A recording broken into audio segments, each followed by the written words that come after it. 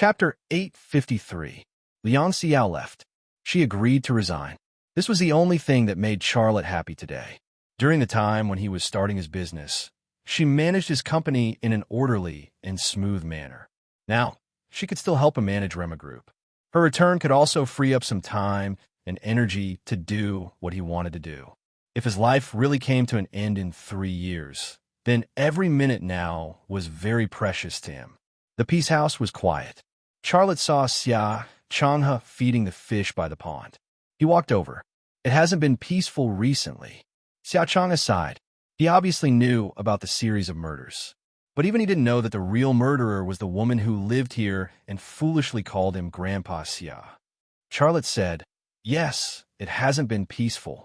No one can control everything." Xia Changhe looked back at him, but didn't say anything. Charlotte said, "Dad, I asked Xiao to resign and come back to help me manage the company." She agreed. Xia Changhe was slightly stunned. Then he said, "I was a little surprised, but I knew this result would come sooner or later. I just want to know, have you thought it through?" Charlotte nodded. "You haven't thought it through." Xia Changhe said, "You rejected Tang Yuyan. Even if the Tang family won't become enemies, they won't become our friends. Tang Yuyan is about to take over Sherborne's position. She will be the director of 101 innings. Of course, she won't hurt us. But who can say for sure that the Tang family won't control her will? In this kind of situation, are you sure you want Xiao to leave 101 innings?" "I've already decided," Charlotte said. Xia Changhe smiled bitterly. "Forget it. I'm old. I should let go. My way of thinking, my way is not necessarily right. Since you've already decided, let's do as you say." Charlotte patted Xia Changhe's shoulder and smilingly said, "Don't think too much about it. No matter what it is, things will eventually sort themselves out. Trust me, we'll get out of this." I have good news for you two." "You have good news for me? What good news?" "You're going to be a grandfather soon." Xia Changhe was stunned for a moment. He suddenly grabbed Charlotte's shoulder and said excitedly, "Really? Tell me, who's pregnant? Longbing? Which of the 2 German women? Rui? Is it Xiao?" Watching Xia Changhe say a long list of women's names, Charlotte was a little embarrassed. "It's Fan Fan." "Huh?" Xia Changhe burst into laughter. "That's right. Look at my brain. How could I have forgotten about her? It's good that she's pregnant. It's good that she's pregnant. When are we going to call her over for a meal?" "Dad, you're too impatient. She's quite busy. Let's talk about it in 2 days." "All right, you have fun by yourself. I'm leaving." Charlotte left. Xia Changhe continued to feed the fish, smiling as he did so. He was going to be a grandfather soon. This was really good news for him. How could he not be happy? Passing through a corridor, Charlotte arrived at Zhu Xuanyue's door. He didn't knock on the door. His left eye twitched slightly, and the wall and door that were blocking his view disappeared from his sight. The room was empty. Zhu Xuanyue was nowhere to be seen. One of the windows in the room was open. Wind blew in and lifted the curtains. "Not here. Where did she go?" Charlotte's heart was full of suspicion. He came back to talk to Zhu Xuanyue. He didn't expect this kind of situation at all. He reached out to push open the door to Zhu Xuanyue's room and walked in. The temperature inside the room was lower than outside. This could only mean one thing. Zhu Xuanyue had just left. Charlotte walked to the window and looked into the distance. The window was facing the back wall. Not far behind the wall was a forest. Peace Residence was built at the foot of the mountain. He could see the mountain when he looked up. The forest was dense, but there was still no sign of Zhu Xuanyue. There were no tracks on the window, and there were no footprints on the ground behind the window. However, for some reason, Charlotte had a feeling that Zhu Xuanyue had left from here. He walked past the window and came to the back wall. This time, he saw a faint footprint. It was left behind by the gardener when he watered the plants. The footprint was small, and it was a woman's footprint. The footprint was about 1 meter away from the wall. It appeared out of thin air, but there were no other traces. It felt as if she had come here, stepped lightly on the ground, and flew over the wall. Only Zhu Xuanyue had this kind of ability. Even he didn't have this kind of ability. Why did she go to the back of the mountain? Xiao Lei had an uneasy feeling in his heart. He quickly walked to the back door, entered the password to open the back door, and then walked along the road up the mountain. The forest was quiet except for the occasional chirp of a bird. After walking for a while, a frozen water stain on the ground attracted Charlotte's attention. It was not the season for the ground to freeze yet. This frozen water stain became evidence that Zhu Xianyue had been here. Xia Lei carefully looked at the ground, then suddenly broke into a run and rushed in a certain direction. There was no road in the forest, but that didn't affect him. He was very fast. After passing through a forest, an empty space came into view. The scene that suddenly entered his line of sight made Charlotte's heart cold to the extreme. Zhu Xianyue was indeed here, but not only her. There were two people lying beside her, a young man and a young woman, both workers of the Thunder Horse Army factory. Both of their clothes were untidy. The man's zipper was open and the woman's chest was open, revealing a touch of Snow White. The two young men were obviously a pair of lovers who were secretly eating the forbidden fruit in the mountains. However, they didn't realize that a little devil was watching them. Charlotte suddenly appeared, but Zhu Xianyue wasn't nervous at all. She smiled and said, "Uncle Xia, why are you here?" Charlotte suddenly walked over and grabbed her collar. He said sternly, "What did you do to them?" Zhu Xianyue suddenly panicked. "I didn't do anything. Don't lie to me." Charlotte waved his hand and slapped Zhu Xianyue's cheek. Zhu Xianyue raised her hand and grabbed Charlotte's wrist. Then, she pushed him forward. How strong was she? At that moment, Charlotte felt as if he had been hit by a car rushing at 60 kilometers per hour. Under the huge impact, his body was immediately sent flying. He flew back a few meters before hitting a tree and falling down. His blood was boiling, and he couldn't suppress his anger. Charlotte, who got up, pulled out his pistol and aimed it at Zhu Xianyue. "Uncle Xia, Zhu Xianyue was stunned. "Tell me, why did you kill them?" Xia Lei bellowed at Zhu Xianyue.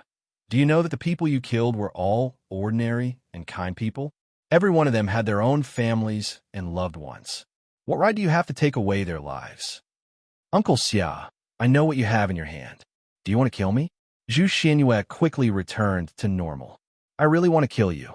Charlotte's emotions were a little out of control. Zhu Xianyue took 2 steps back with a painful expression. "You don't like me, and you don't want me anymore. What did I do wrong? Don't think that I don't know that you killed the people in the fitness center. You also killed the people in the beauty center. Why?" Charlotte roared. "Tell me why. I was helping you. Don't you remember? You asked me to control the brains of those 2 guys. I did it. I was hungry, so I wanted to eat." Zhu Xianyue said. Charlotte was stunned on the spot. He never thought that there would be such a reason. Zhu Xianyue could control people's brains and make them do things according to her will. But this ability didn't come out of nowhere. It needed to consume her energy. When she lost her energy, she needed to replenish her energy. And the way she replenished her energy was by killing people. His eyes suddenly moved to the 2 young men lying on the ground. He quickly completed his X-ray vision. He was slightly relieved to find that the 2 men's brains were still fine. Their breathing and heartbeats were also normal. He was glad that he came in time. If he came a little later, there would be 2 dead bodies lying on the ground. "Uncle Xia, I didn't kill them." Zhu Xianyue seemed to understand what Charlotte was looking at. Charlotte looked at her coldly. She didn't kill the young worker, but that was under the premise that he arrived in time. If he came a little later, the 2 young workers would definitely be dead. "I didn't ask you to do anything for me. Why did you want to kill them?" Charlotte's voice was also very cold. "Uncle Xia, why are you doing this to me? They're just food." Zhu Xianyue's voice was filled with grievance. "You actually treat living beings as your food. That's right. They're food. In their eyes, aren't chickens, ducks, and fish also food? Aren't chickens, ducks, and fish also living beings? If they can eat chickens, ducks, and fish, why can't I eat them?" These words were like a sudden clap of thunder that exploded in Charlotte's mind. Zhu Xianyue has always been a non-human energy body. In her eyes, the people in this world are just her food. When she is hungry, she will eat. That means that people will die in her hands. Before pulling out the gun, he originally wanted to scare her and then teach her a lesson so that she wouldn't do such evil things again. But now he found out that this was simply his wishful thinking. If she wants to exist, she will always be hungry. And once she is hungry, she will look for food, and people will die. Uncle Xia, you can put that thing down. Zhu Xinyue showed a pitiful look. I promise you, I will eat less in the future, okay? You, how do you eat? Charlotte suppressed the fear and guilt in his heart and asked. Zhu Xinyue pointed at the two young workers lying on the ground. Their brains have the energy that I want. I can suck them away like a magnet, just like this. She suddenly made a grabbing motion with her hand. The young man lying on the ground suddenly trembled. His head floated up from the ground. Vaguely, there seemed to be something flowing out from his head and then flew out of the air toward Zhu Xuanyue's hand. In the short span of a second, his face instantly turned as white as a sheet of paper. Bang! Charlotte pulled the trigger. A bullet flew past Zhu Xuanyue's shoulder. You? Wah! Zhu Xianyue burst into tears and suddenly turned around to run. Charlotte suddenly pointed the muzzle at the back of her head, but the gun in his hand couldn't fire another bullet. Kill her? That seemed to be the right thing to do, but for him to do it himself, it was easier said than done. In these few seconds of hesitation, Zhu Xianyue disappeared in the blink of an eye. Come back. Charlotte quickly came back to his senses, and he ran after her. Zhu Xianyue didn't respond. Charlotte suddenly thought of something, and he shouted, I will go to Langley in the United States to find you. Langley in the United States was the headquarters of the CIA. Chapter 854. The forest was silent. Charlotte stood in the forest like a stone sculpture. It was him who awakened Zhu Xianyue from the underground labyrinth in Italy, and it was him who brought Zhu Xianyue back to China from India. So, the members of the expert group died, the bodybuilders in the fitness center died, and the people in the beauty center died. 3 killings, dozens of lives. Who should be blamed for this? He wasn't the murderer, but the murderer woke up because of him and started to kill. His conscience was extremely uneasy, which was why when Zhu Xianyue showed him how to eat, he couldn't control himself and shot Zhu Xianyue. But even at that time, he still didn't have the intention to kill her. Otherwise, with his marksmanship, it wouldn't have been a problem for him to blow up Zhu Xuanyue's head. He couldn't do it, even if she was really a demon. Zhu Xianyue was undoubtedly an extremely powerful helper. Her leaving could even be said to be a huge loss for him, especially during the period when he was about to deal with the FA organization and the Knights Hospitaller. But he didn't regret it. If she had to eat a lot every time she helped him, he would never forgive himself. If she's gone, then she's gone. I hope she can hear me and leave this country. If you want to find trouble, then go find trouble with the CIA. Although I didn't kill those who died, I'm also responsible. When I go back, I will ask Masato to express his condolences on behalf of Rema Group. I will give 1 million as compensation. Charlotte thought in his heart. That was all he could do now. At this time, the 2 young men lying on the ground suddenly moved. Charlotte quickly left. He didn't want the 2 workers to see him here. What's going on? The young man shook his head. I seem to have fallen asleep. Yes, I also seem to have fallen asleep. The young woman also looked confused. The 2 young workers didn't see Director Xia, who was hiding in the woods and peeping at them. They looked around, and when they found that there was no one around, the little thoughts they had before emerged again. The 2 of them embraced each other, kissing, rolling, panting. Charlotte withdrew his gaze and turned to leave. For the whole day, Charlotte was a little absent-minded. There were several times when he had the urge to find Zhu Xianyue and bring her back, but every time he had this thought, the faces of the innocent people who had died would appear in his mind, and he did not dare to think about it anymore. Ryu Yungnam followed Charlotte's instructions and went to visit the families of the deceased. He didn't return until evening. Brother.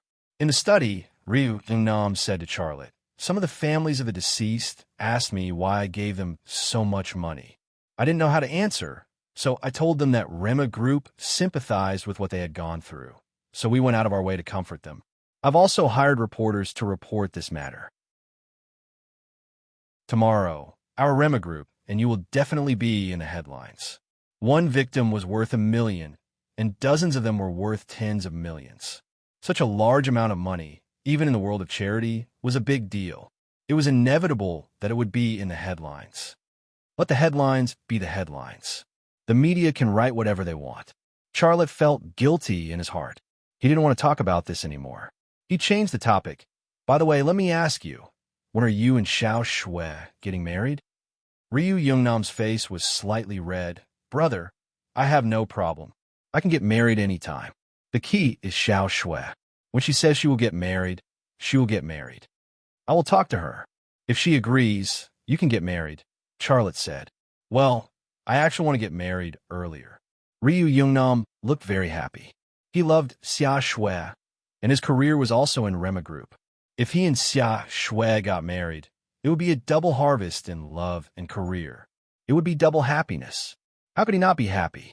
Go back and rest, Charlotte said. Well, brother, you should also rest early. Ryu Youngnam left the study. If there were only 3 years left in his life, Charlotte's wish was to see Charlotte and Ryu Youngnam get married, and then give him a nephew or niece. Then he would have no regrets. Ring, ring, ring. Ring, ring, ring. His cell phone suddenly rang. Charlotte looked at the number and answered the phone. Did you resign? I have been waiting for your news. I resigned. Liang Xiao's voice was accompanied by the sound of the car engine. I am on my way to your house. I will be there in a few minutes. Charlotte said, You are almost there. Why are you calling? I will pick you up at the door. We will talk when we meet. Liang Xiao smiled and said, You. Charlotte was stunned for a moment and suddenly understood. She called when she was almost there. In fact, she wanted to ask if there were other women around him. He didn't know whether to laugh or cry at this kind of test, but he understood Liang Xiao's thoughts very well. He had so many women around him. If he was with one of them and she suddenly appeared, wouldn't the situation be very awkward? She was always a very traditional woman. Her feelings were delicate and her mind was very sensitive. Even if she had put down the burden in her heart, he was afraid that she was only willing to accept Long Bing among the sisters. Jiang Rui might be one of them, but as the legal wife, Fan Fan was ranked at the bottom in her heart. She is not with you, right? Charlotte didn't speak, so Liang Xiao simply explained. Are you talking about Fan Fan? Yeah, who else but her? No, she is busier than me, Charlotte said awkwardly. Well, I am at your door. You don't have to pick me up. Where are you? I can come by myself. It was Liang Xiao's voice. I am in the study. Come over. I have something to say. Charlotte hung up the phone. A few minutes later, Liang Xiao came to the study. She was holding a cardboard box in her hand, which contained some personal belongings and some office supplies. These things were moved from the office of 101 floors. Charlotte took the cardboard box from her hand. When he put the box down, he saw a photo folder. The photo in the folder was a photo of him and her. He remembered that photo. It was taken in her study at home. In the photo, their faces were close to each other. She had her arms around his waist, and he had his arms around hers. Both of them were smiling happily. Time seemed to have returned to the past. Just as he was looking at the photo, Liang Xiao leaned against him from behind and gently hugged his waist. In the days without you, I relied on this photo to live. Every time I see this photo, I seem to return to the days when we were together. That was the happiest time of my life. That was also the happiest time of my life. Charlotte turned around and hugged her waist. His heart softened. I'm finally back. Liang Xiao's eyes sparkled with tears of excitement and happiness. Did Boss sure say anything? Charlotte asked. No, they were actually eager for me to go. As soon as I mentioned it, Boss sure agreed and signed my resignation letter. Liang Xiao said. Did he ask you why? Yes. I told him that I came to work at your company. He didn't say anything. Don't care about them. It's good that you are back. In the future, stay here and help me take care of the company. And here. Charlotte said. Then wouldn't I really become your housekeeper? And you are my housekeeper. Charlotte smiled. Liang Xiao moaned. Unable to contain the happiness and excitement in her heart, she kissed Charlotte's lips. As soon as they touched, her tongue couldn't wait to pry open his teeth and slip into his mouth. She went home. Her tongue also wanted to go home. In the blink of an eye, Charlotte's desire was aroused, like a flame burning more and more fiercely. His hand left her slender waist and rested on her perky bottom. Liang Xiao was more bold and eager than him. In the chaos of entanglement, she unzipped his zipper. But just when the two were confused and about to do something, a person appeared at the door. It was a woman. Her surname was Longahem. Long Bing, who suddenly opened the door, coughed. The two who were entangled hurriedly separated. Liang Xiao hurriedly tidied up her messy clothes. Charlotte was embarrassed. He also coughed. And, Bing, when did you come? Didn't I just come? I came at the wrong time. Sorry to disturb your intimate moment. Long Bing said. There was no jealousy in her eyes. Instead, there was a kind of liking. This was Long Bing, a different woman. Charlotte was even more embarrassed when she said that. Long Bing suddenly interrupted him. She pointed at the area between Charlotte's legs. Why do you always forget to zip up? If a woman unzips your zipper, you have to do it yourself after it's done. Women usually only open your zipper, but they won't help you zip it up. Charlotte, senior sister, rolled her eyes at Long Bing. You came in without knocking. I didn't say anything, and you still teased us? Believe it or not, I will join hands with Lei Zi to beat you up. This seemed to be a sign of goodwill.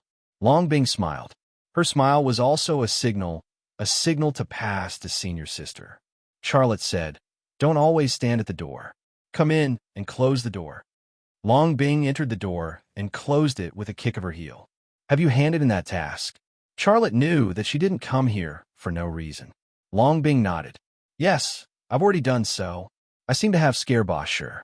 I still can't forget his expression when he saw the things you gave me. What did he say? He said that you did a good job, and then asked me how I got the evidence. Long Bing said, I said I got it myself. Charlotte smiled. It's best if you don't mention me. If you mention me, he will definitely ask me about the process. Boss Sure has sent people to arrest Yu Shanhe and Ling Hao, but so far there has been no news, Long Bing said. At this time, he personally took over to arrest Yu Shanhe and Ling Hao. His purpose is to take away the credit that should have belonged to you. Charlotte sighed. He really worked hard to let Tang Yuyin take over his position. If he did this to others, I wouldn't have a problem with it. But I feel uncomfortable when he does this to you. Forget it. As long as I can stay in 101 innings, it's okay to suffer a little, Long Bing said. Liang Xiao made 2 cups of tea, one for Long Bing and the other for Charlotte. She had obviously entered the role of a housekeeper. Charlotte smiled at Liang Xiao and then said, If you want to catch Yu Shanhe and Ling Hao yourself, I have a clue. What clue? Long Bing suddenly became excited. I heard that Yu Shanhe and Ling Hao are going to Moscow. They are driving a Toyota Land Cruiser. The license plate is Jing A52308, Charlotte said. How do you know? Long Bing looked very surprised. Without waiting for Xia Lei to speak, Liang Xiao interrupted, It's not like you don't know how capable he is. He naturally has his own channels. Our family's master has obviously included Long Bing as well. Long Bing's face turned slightly red. She spat and said, Our family is really messy, isn't it? There was a sudden burst of laughter in the study. You guys continue. I'm going to arrest them now. Long Bing got up and was about to leave. Be careful. Liang Xiao and Charlotte urged her in unison. Long Bing nodded and said to Charlotte, Don't think that the 3 of us will be together. Well, don't even think about it. Charlotte, how did she think of that place? Chapter 855. Liang Xiao entered Rema Group, and Charlotte gave her the position of CEO. She was also the first CEO of Rema Group. Charlotte was the owner of Rema Group, and she was Charlotte's housekeeper. She had studied business management at Harvard in the United States, and this was actually her specialty. Back then, she could help Charlotte manage Lima Manufacturing Company smoothly. Now, she could also manage Rema Group smoothly. Her return did not just bring about these things. Her return gave Ping and residents and Rema Group the feeling of being the hostess. When Charlotte announced Liang Xiao's position and authority at the senior management meeting, some of the senior management of Rema Group were confused, but some were well aware of it. Of course, there were also some discussions. Why is there suddenly a new CEO? And she's such a young woman. I've never seen her before. It's not strange if you've never seen her before. Do you know who she is? Who is she? She's Chairman Xia's first girlfriend. Chairman Xia was still at the stage of starting his own business. She once helped him manage the company's predecessor, Lima Manufacturing Company. She's also Chairman Xia's senior sister. No wonder. I understand now. Hee hee. She's a top student from Harvard. Business management is her major. That's right. You can't look at Miss Liang with perverted eyes. She's the real deal. When Charlotte announced that Liang Xiao had once been the CEO of Rema Group, it was inevitable that some senior management would discuss it and look at it with perverted eyes. However, once those who knew the truth explained it, the discussion became unified and the perverted gazes disappeared. In fact, no matter what these senior management thought, Charlotte did not care at all. This was his company alone. Whoever he wanted to be the CEO would be the CEO. He could do whatever he wanted. After the meeting, Qin Xiang talked to Liang Xiao with a smile on his face. You're finally back. I've been waiting for this day for a long time. Really? Liang Xiao and Qin Xiang had it easy and spoke very casually. Are you being sarcastic? What's sarcastic? You're the hostess here. I've always thought highly of you. Qin Xiang said with a smile. That guy can't live without a woman to manage him. He's getting more and more out of hand. Are you hinting that I'll encounter that kind of trouble after I come back? Hee hee, senior sister, Xiao said to Qin Xiang. Senior Xiao is Liang, and you're still laughing at me instead of helping me when he's bullying me? Liang Xiao hit Qin Xiang and said, go, go, go. He bullied me and you didn't help me. You're even laughing at me. I'll definitely support you. Back then, I didn't even support Tianyin and only supported you. Hee hee, that's more like it. On the other side, Xia Shui pulled Charlotte to the side. She whispered, Brother, what's going on? What's going on? Charlotte pretended to be confused. You and Sister Xiao. Xia Shui wanted to say something, but stopped. Charlotte smiled. What happened to me and Xiao? Xia Shui rolled her eyes at Charlotte. Do I have to say it out loud? Are you and Sister Xiao together again? Isn't that good? No, of course, I have no opinion. I'm just worried about Sister Fan. Xia Shui looked like she had a headache. And Sister Tianyin and Sister Rui are not happy. Charlotte smiled and said, You don't have to worry about these things. Our family situation is different from other families. Xia Shui pouted. Our family is really messy. Charlotte, okay, I don't care about you. Why go back? I will call Sister Tianyin. I will tell her that Sister Xiao is back. I want to see how she will deal with you. Charlotte smiled bitterly. Don't give me more trouble. Then don't give me more trouble. Last night, Masono proposed to me. Although he didn't say it, I know it was your idea. You gave me such a big trouble. I want to give you more trouble. Xia Shui looked angry. Charlotte was amused. Tell me quickly, did you agree? Can I not agree? He brought the jade bracelet that his grandmother left for him and 999 roses. He said so many sweet words. Can I not agree? Even though she was saying these words unwillingly, her face was brimming with a sweet smile and her eyes were filled with happiness. Obviously, she didn't mean what she said. She was willing in her heart. When are you going to get married? Next year's Mid-Autumn Festival. It's still so long? Charlotte frowned. Xia Shui rolled her eyes at her brother. Are you worried that your sister can't get married? Why are you in such a hurry? She's still a college student. Okay. Next year's Mid-Autumn Festival then. I won't rush you. Charlotte smiled again. Xia Shui said, If you don't rush us, I won't tell Sister Tianyin about this. Charlotte smiled bitterly. Even if Xia Shui didn't tell Tianyin about such a thing, she would definitely know. What would she think? These things gave him a headache just thinking about it. However, his life was already so messy. What did it matter if it was a little more messy? Liang Xiao came over with a kind smile on her pretty face. Xiao Shui, you are getting more and more beautiful. Xia Shui couldn't help but laugh. Sister-in-law, you are still so good at talking. Liang Xiao's face was suddenly full of smiles. I don't have the luck to be your sister-in-law. Don't call me like this in the future. Your real sister-in-law will be unhappy if she hears it. What real sister-in-law? Fake sister-in-law. My brother has handed over the company to you. Isn't it obvious whether you are a real sister-in-law or a fake sister-in-law? I can't win against you, but I have something good for you. Come to my office with me. Liang Xiao took Xia Shui's arm and pulled her away. Brother, I am going with sister-in-law. Xia Shui followed Liang Xiao. The two women were very intimate. Ryu Youngnam appeared next to Charlotte and said slowly, Brother, they seem to have formed an alliance. Should we also unite the front line? Charlotte, well, just pretend that I didn't say anything because it's useless. Leaving such a sentence, Ryu Youngnam walked away lightly. Charlotte smiled and shook his head. Then he went to Ping in residence. Now that Liang Xiao was back, the burden on his body was lightened. He also had time to do what he wanted to do. The door of the room of the four women from the Knight's Hospitaller was closed. The windows were closed, and even the curtains were drawn. He couldn't see the situation inside, but this wasn't a problem for him. His left eye twitched slightly, and the door, window, and wall that blocked his view disappeared from his sight. That was the room of the Grey Sisters. The four women in the room seemed to be in a meeting. Giovanna said, A month has passed, and we still haven't found out where he hid the holy relic. The head will not be happy. What can we do? In this place, there are people's eyes and surveillance cameras everywhere. We don't know anyone, so how can we find it? Rosa said, Maybe we should try that method. Stella said, Are you saying that we should go seduce him, and then use our bodies to please him? Teresa said, Oh my God, that kind of thing makes me feel dirty just thinking about it.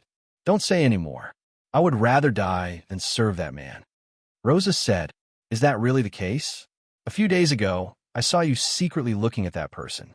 Stella said, Hey, what are you talking about? I don't want to quarrel with you. I observed him to collect information, but you seem to have some feelings for him, don't you? Last time, I saw you secretly looking at him and smiling. Rosa said, You two stop arguing. According to our agreement with him, we should provide him with information about the FA organization's headquarters in a month, but there is no news from the headquarters. What should we tell him? Stella said, Can't we just tell him? Rosa said, How can we do that? He's not a good person to talk to. Giovanna said. Charlotte coughed and walked over. The four women in the room seemed to be a little flustered, but they quickly calmed down. Charlotte reached out and knocked on the door. Excuse me, is anyone there? He's here. Giovanna lowered her voice. He couldn't have heard our conversation, could he? Stella looked slightly nervous. I don't think so. Don't panic. I'll go open the door for him. Rosa walked to the door and opened it for Charlotte. Charlotte went straight to the point and said, I believe you know why I'm here. Now is the time to talk. Mr. Xia, please come in. Rosa called out to Charlotte. I'll get you a glass of water. Giovanna was busy getting water for Charlotte. Stella pulled out a chair for Charlotte. Don't be busy. Charlotte found it funny. I'm not here to drink water. We have a contract first. A month has passed. I want to know where the headquarters of the FA organization is and when you will take action. Giovanna smiled awkwardly. Mr. Xia, it's like this. We are still waiting for information from the headquarters. Charlotte frowned. Are you playing with me? I paid you $50 million and let you eat and drink here for free, but now you give me such a result. Don't you think it's too much? Mr. Xia, drink some water, don't worry. Giovanna handed a glass of water to Charlotte. Charlotte suddenly swept away the cup in Giovanna's hand. Ha! With a crisp sound, the cup filled with water fell to the ground. The four women were stunned for a moment. In their minds, Charlotte was a gentle and elegant man, but they didn't expect him to be so fierce when he was angry, like a gangster. Do you think I'm easy to talk to? Charlotte said angrily. Let me tell you, I'll give you an hour to contact the headquarters of the Knight's Hospitaller. After an hour, I want to know where the headquarters of the FA organization is and your action plan. Otherwise, you will never be able to see your sacred object again. Wait, Mr. Xia, don't be impulsive. Giovanna bit the bullet and said, Please give us a little more time. We will definitely find the headquarters of the FA organization.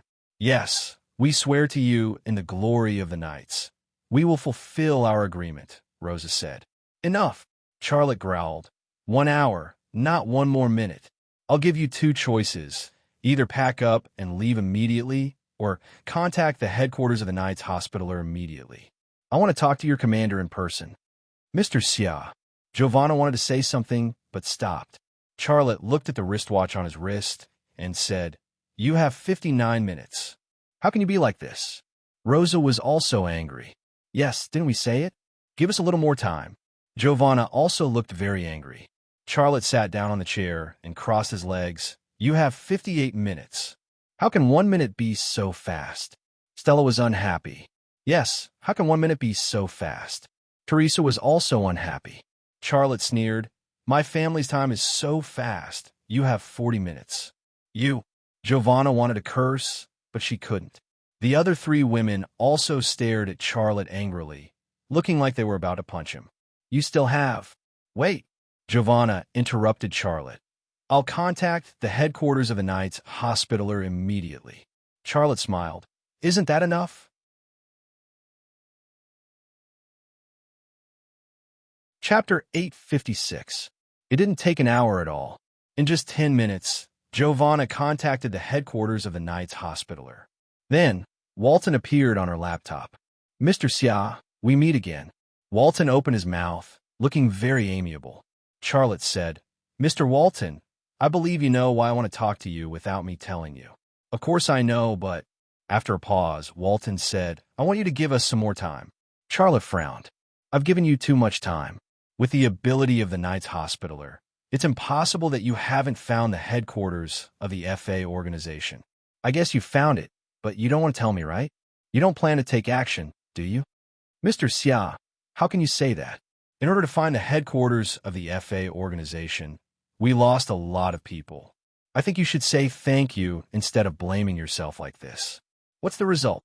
"The result," Walton said, "well, the situation is a bit complicated. Come to Malta, and we'll talk about it when we meet." "You wanted to come to Malta?" Xiaolei suddenly felt a sense of vigilance. Walton actually wanted him to go to Malta for a face-to-face discussion about something that could be discussed clearly over the phone. Walton was only the nominal leader of the Knights Hospitaller, and he knew it very well. In other words, this must be the intention of Angelo, the real leader of the Knights Hospitaller. What did the Knights Hospitaller want to do? "Mr. Xia, please don't think too much." Walton said, "We have no intention. In fact, we did find out where the headquarters of the FA organization is. But if we want to destroy that place, we won't be able to do it by ourselves.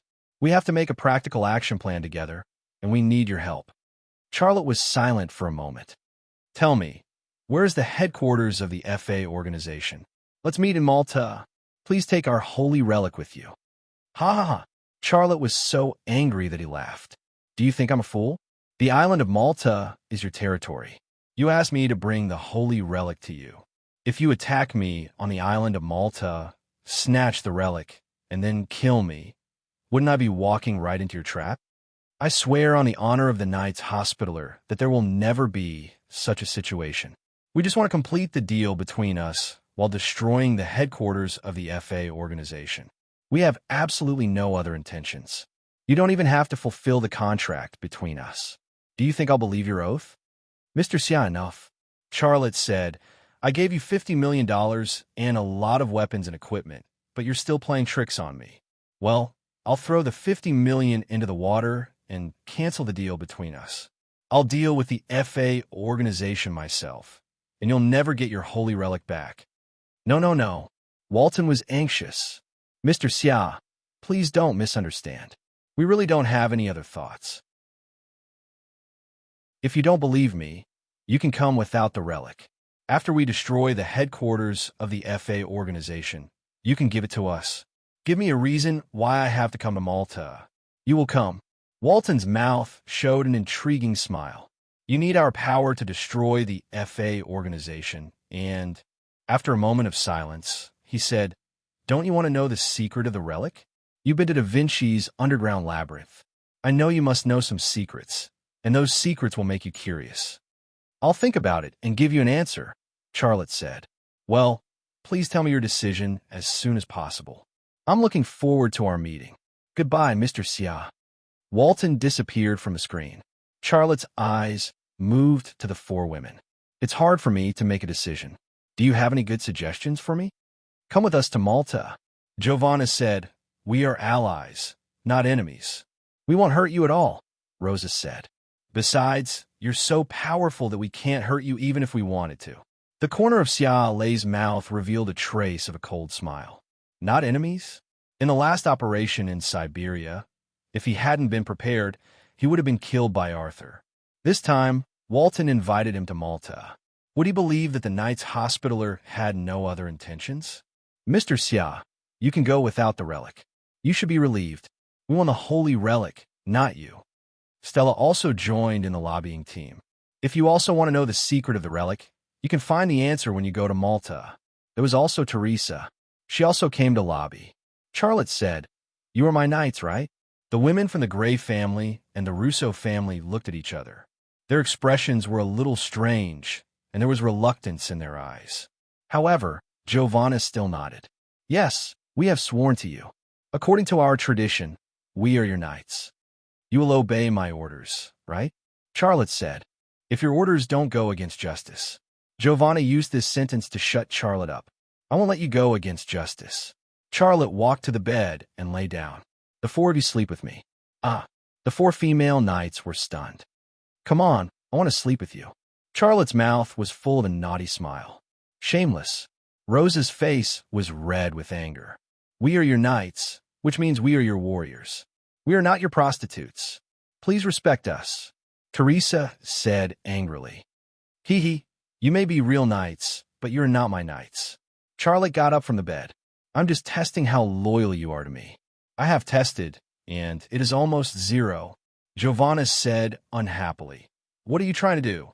Charlotte got up from the bed. In view of your almost 0 loyalty, I have already decided that you will leave China and go to Malta. You want to drive us away? Teresa was a bit surprised. We are your knights. You can't do this to us. Rosa's voice said, This is an insult to us. Stella said angrily. Charlotte said indifferently, If one day you're truly loyal to me, then we can talk about whether or not you are my knights. I want you to go to Malta now, not to drive you away, but to tell Mr. Walton my decision. I will go to Malta, but the time will be up to me. The four women looked at each other in unison. Charlotte said, Let's go. The kitchen won't be preparing food for you today. So stingy. Giovanna's voice said, I have never seen a man as stingy as you. Rosa's voice said, No manners at all. Stella's voice said, Where are the plane tickets? Are we going to buy the plane tickets? We are your knights. You should buy the plane tickets for us, Teresa said. Charlotte turned around and left without looking back. He had to go to Malta no matter what, because he had to get that protective suit. He was not sure of the motives of the Knights Hospitaller, so he did not dare to go to Malta rashly. If he brought these four women with him, he would undoubtedly become the most eye-catching target. As long as he stepped on Malta, the Knights Hospitaller could attack him at any time. So, he could not bring them along. He had to go secretly. If he brought the women from the Gray and Russo families to Malta, the enemy would be in the dark while he was in the light. And if he sneaked onto the island, the enemy would be in the light while he was in the dark. So, this was also why he had the four women sleep with him. His goal was to humiliate them and then drive them away. As soon as Charlotte stepped out, Stella quickly walked to the window and used her hand to pull the curtains aside a little. Then, she observed the situation outside. In her field of vision, Charlotte slowly walked in the direction of the kitchen with his hands behind his back. She immediately curled the corner of her mouth. That guy really went to the kitchen to greet them. I have never seen such a stingy man. Don't forget, he once spent $3 million to save us. He is not a stingy man. He just wants to drive us away, Teresa said. How far has he gone? Rosa asked. Stella put down the curtains. I can't see him anymore. Only then did Giovanna wake up the computer and make a video call. But this time, she used another account. This time, the person who appeared on the screen was not the Walton, but the emblem of the Knights Hospitaller. The emblem of the Knights Hospitaller appeared. At the same time, the four women stood in front of the screen and bowed to pay their respects. They said respectfully, Great Commander. A low and hoarse voice came from the laptop speaker. Has he made a decision? Yes, Giovanna said. He asked us to return to Malta first. He will come here alone. Cunning guy. Giovanna looked a little nervous. He doesn't want us to stay in his house anymore. He wants us to leave. You all disappoint me. The voice coming from the laptop was full of anger. You have been in his house for such a long time, but you can't even find the whereabouts of the holy relic. Because of your incompetence, the interests of the Knight's Hospitaller have been damaged, and the subsequent plans and actions have been very passive. The four women trembled slightly and lowered their heads at the same time. Come back. But what awaits you is not glory, but punishment. As the voice fell, the emblem of the Knight's Hospitaller disappeared from the laptop. The four women still stood there in a daze. They did not move for a long time. They did not know that there was a peeper standing under the wall behind the house. This peeper was Charlotte. What do you want to do, Angelo? Xiaolei tried his best to guess. When he left just now, he guessed that Giovanna would contact the higher-ups of the headquarters of the Knight's Hospitaller again. It was either the Walton or Angelo. Angelo appeared, but he did not expect him to be more cunning than he was. He only spoke, but did not show his face. But he also learned something. The sisters of the Gray and Russo families had obviously fallen into an awkward situation. They swore loyalty to him and became his knights, but he had now driven them away. When they returned to the Knight's Hospitaller, what awaited them was not glory, but punishment. This result was the most advantageous for him, because it was tantamount to giving him a chance to turn them into his true knights.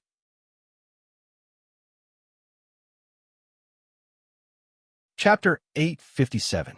There was no moon in the night sky, and the night looked like a boundless black cloth, or a cage from which no one could escape. Tianyin, good evening, good evening.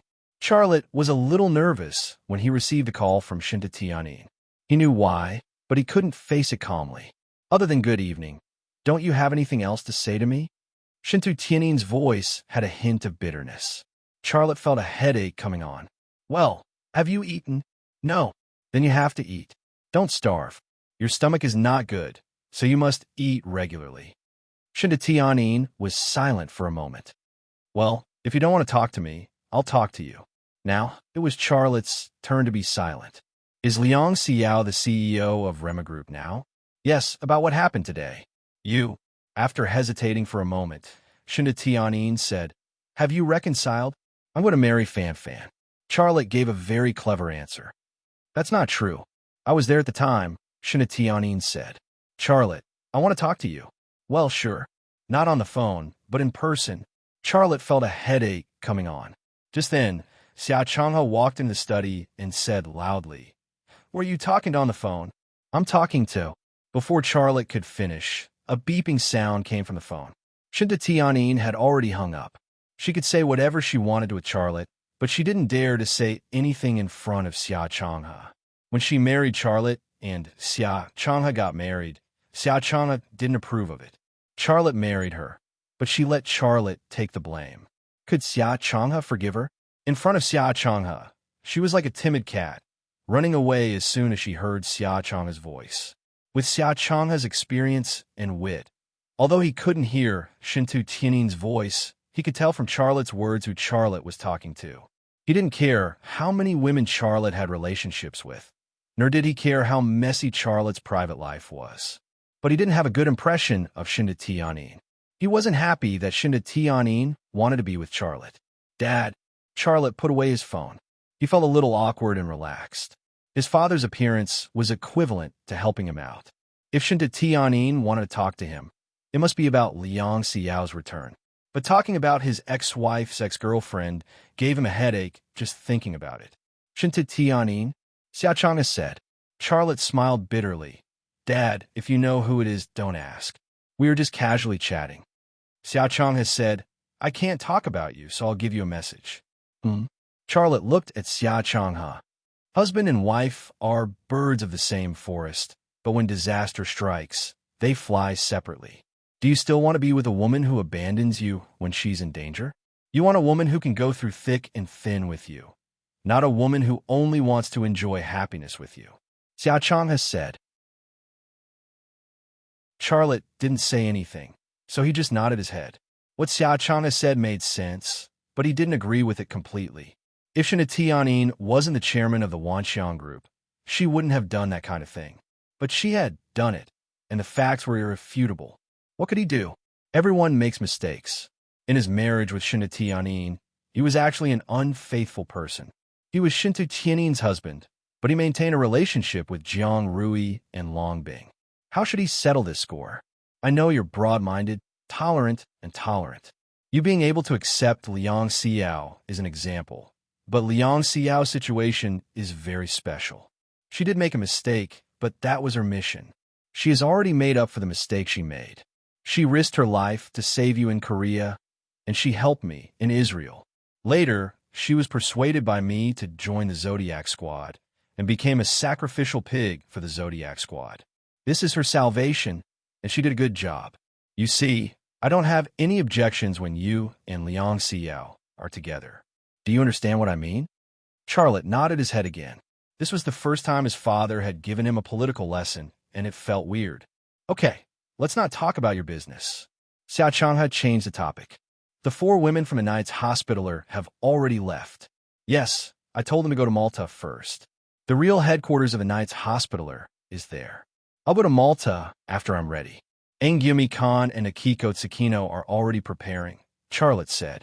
I know they're preparing, so I came to you.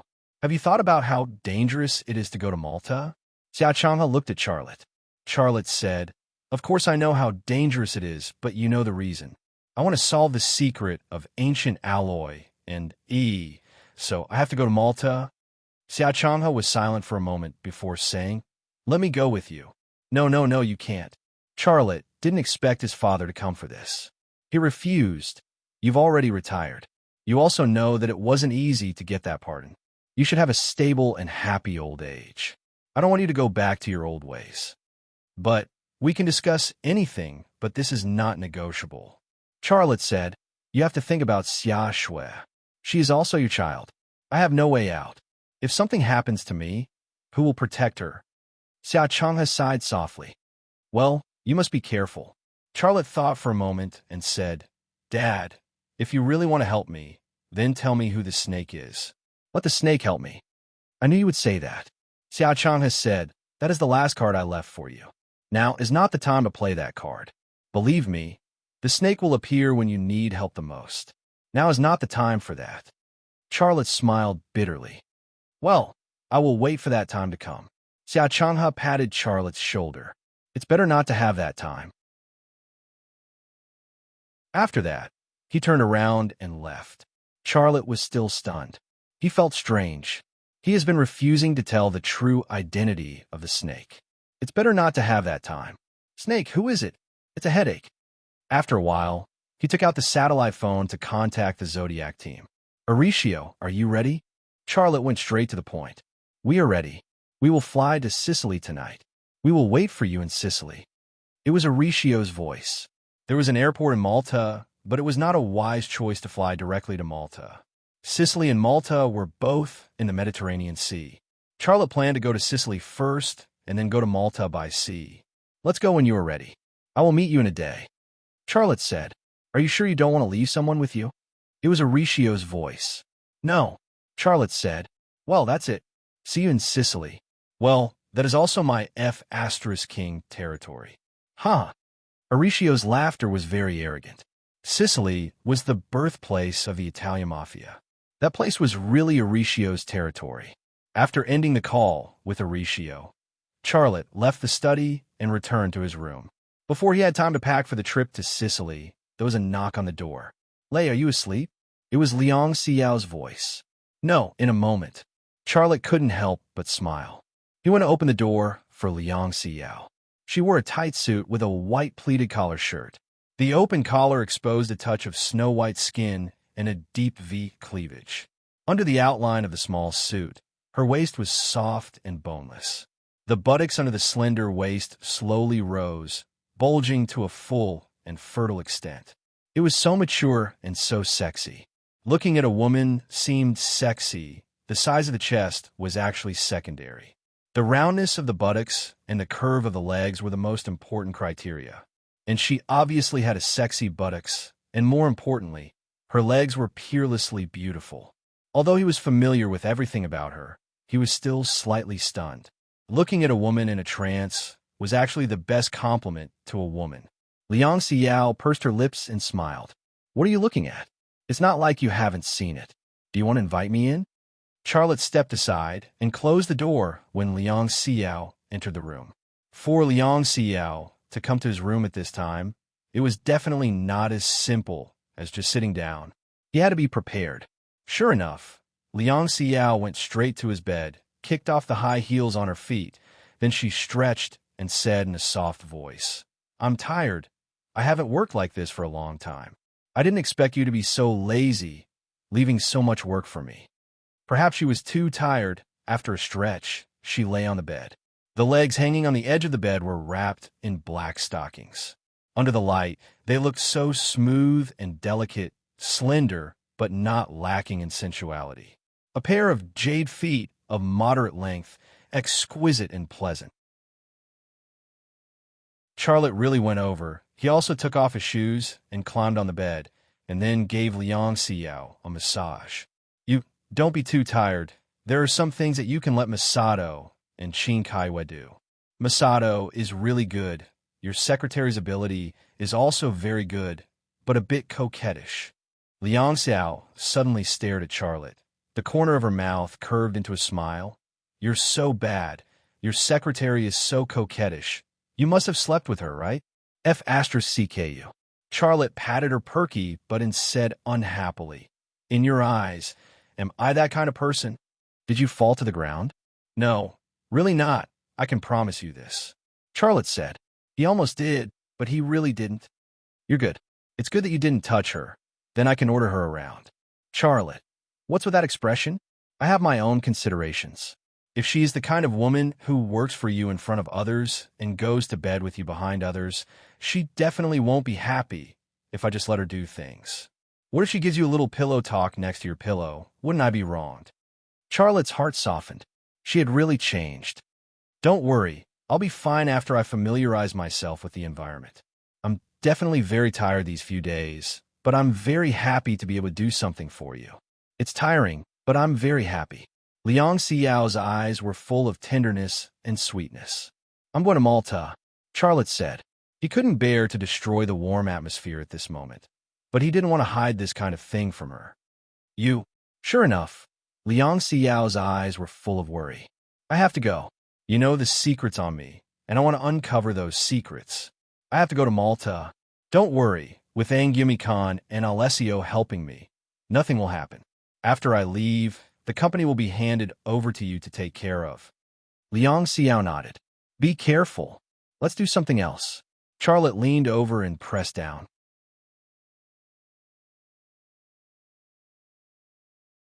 Chapter 858. The plane flew in the clouds, occasionally vibrating. It was impossible to see the scenery on the ground, so it was impossible to determine its current position. However, it eventually flew to Palermo Airport in Sicily, which was its destination. A middle-aged man looked out of the window at the sea of clouds. His appearance looked very ordinary, even a little ugly, but his body was tall and well-proportioned, giving people the feeling of a good body with an ugly face.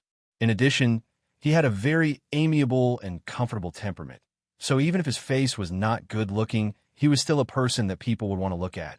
This middle-aged man was Charlotte, who flew alone to Sicily, Italy. Looking at the sea of clouds, he thought of one person, Zhu Xianwei. Where was she now? Had she preyed on him? Did she remember anything important? He wanted to know all these, but no matter how he guessed, he could not guess the answer he wanted. He now regretted driving Zhu Xianwei away in the forest. If Zhu Xianwei was still by his side, this operation in Malta would not be dangerous. He did not even need to sneak onto the island of Malta. He could have swaggered onto the island with Zhu Xianwei and then snatched the protective suit from the hands of the Knight's Hospitaller. From the perspective of his personal interests, his instinctive reaction to fire the shot was actually a mistake, and the one who would suffer losses was himself, not others. But if he did not react that way and did not fire that shot, the two innocent young workers would have died in her hands. He could not accept that such a thing had happened. There was no doubt that it was in his best interest for Zhu Xianwei to stay by his side, because she was almost an invincible helper. But if he had to sacrifice hundreds of innocent lives to protect his interests, he would rather not have this interest. Whether Zhu Xinyue was a predator that was more advanced than humans or a demon, he could not judge, but one thing was very clear, and that was that he could not become a demon. And if he let innocent people become food to protect his own interests, then he was a demon. This was his bottom line as a human, and he did not dare to cross it. "Sir, I've been watching you for a long time. Is there an angel outside the window?" A crisp voice interrupted Charlotte's thoughts. It was a blonde woman with a few freckles on her pretty face. She was wearing a pair of black-rimmed glasses. Her freckles and glasses gave her a scholarly air. She looked quiet and elegant. She was Charlotte's neighbor. For some reason, when he first saw her, he thought of peaceful. That poor woman. Did she leave? Or does it exist in another form? He could not understand the question. "Sir," the blonde woman smiled and said, "You look very sad. Why don't you chat with me? You can forget some unhappy things." After a pause, she seemed to have thought of something and shrugged. "You probably don't understand Italian. All right, pretend I didn't say anything." Charlotte smiled and said in fluent Italian, "I understand. Miss, were you traveling in China before? Are you going back to Italy now?" The blonde woman looked very surprised. "Wow, I didn't expect you to speak Italian so fluently." "Well, I'm Italian, and I live in Sicily. Previously, I was in China for an academic exchange. Now, I'm going to Sicily to meet a professor before going to Malta." "You're going to Malta, too?" Charlotte asked casually. "Are you going to travel?" "No, I'm going to do archaeological research about religion and the history of the Crusades, and—" She stopped here and smiled awkwardly. "I'm sorry, we don't know each other. I'm sure you're not interested in those ancient things. I hope I didn't offend you." "No." Charlotte smiled and reached out a hand to the blonde woman. "My name is Marley. Nice to meet you." The blonde woman reached out to shake Charlotte's hand and said with a smile, "My name is Linda. Linda, there's an ancient wind chime in my house. When my mother gave birth to me, my father gave me this name." "Hello, Miss Linda." "Hello, Mr. Marley." Charlotte smiled and said, "That's how we got to know each other. I like a cheerful girl like you. I happen to be going to Malta, too. Why don't we go together?" Linda was slightly stunned. "Are you going to Malta, too?" "Well, yes, I'm going to travel. I'm actually very interested in the history and religious culture of Malta." Charlotte said, "Really? That's great. I'm willing to go with you." Linda readily agreed. "Well, Miss Linda, can you talk to me about your archaeological research? I'm very interested." "Of course, no problem. What do you want to know?" The two of them chatted warmly. In fact, if he hadn't heard that she was going to Malta, Charlotte would have ended the conversation with her long ago, and he wouldn't have talked so much with her. The reason why he was willing to get to know her and propose to go to Malta together was because he had his own purpose. He also followed an archaeologist who was familiar with the environment and had a legitimate purpose to go to Malta. That way, he would have more opportunities to contact the ancient buildings and relics on the island. More importantly, when he was with her, his disguise would be even more perfect. As the conversation deepened, Xiao Lei got to know Linda better.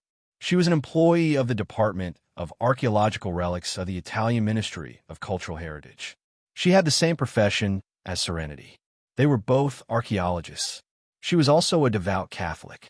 When Linda asked Charlotte about his profession, Charlotte said that he was a Chinese businessman who ran a small clothing company in China. This was also an identity that he had forged early on. Time passed quickly while they were chatting.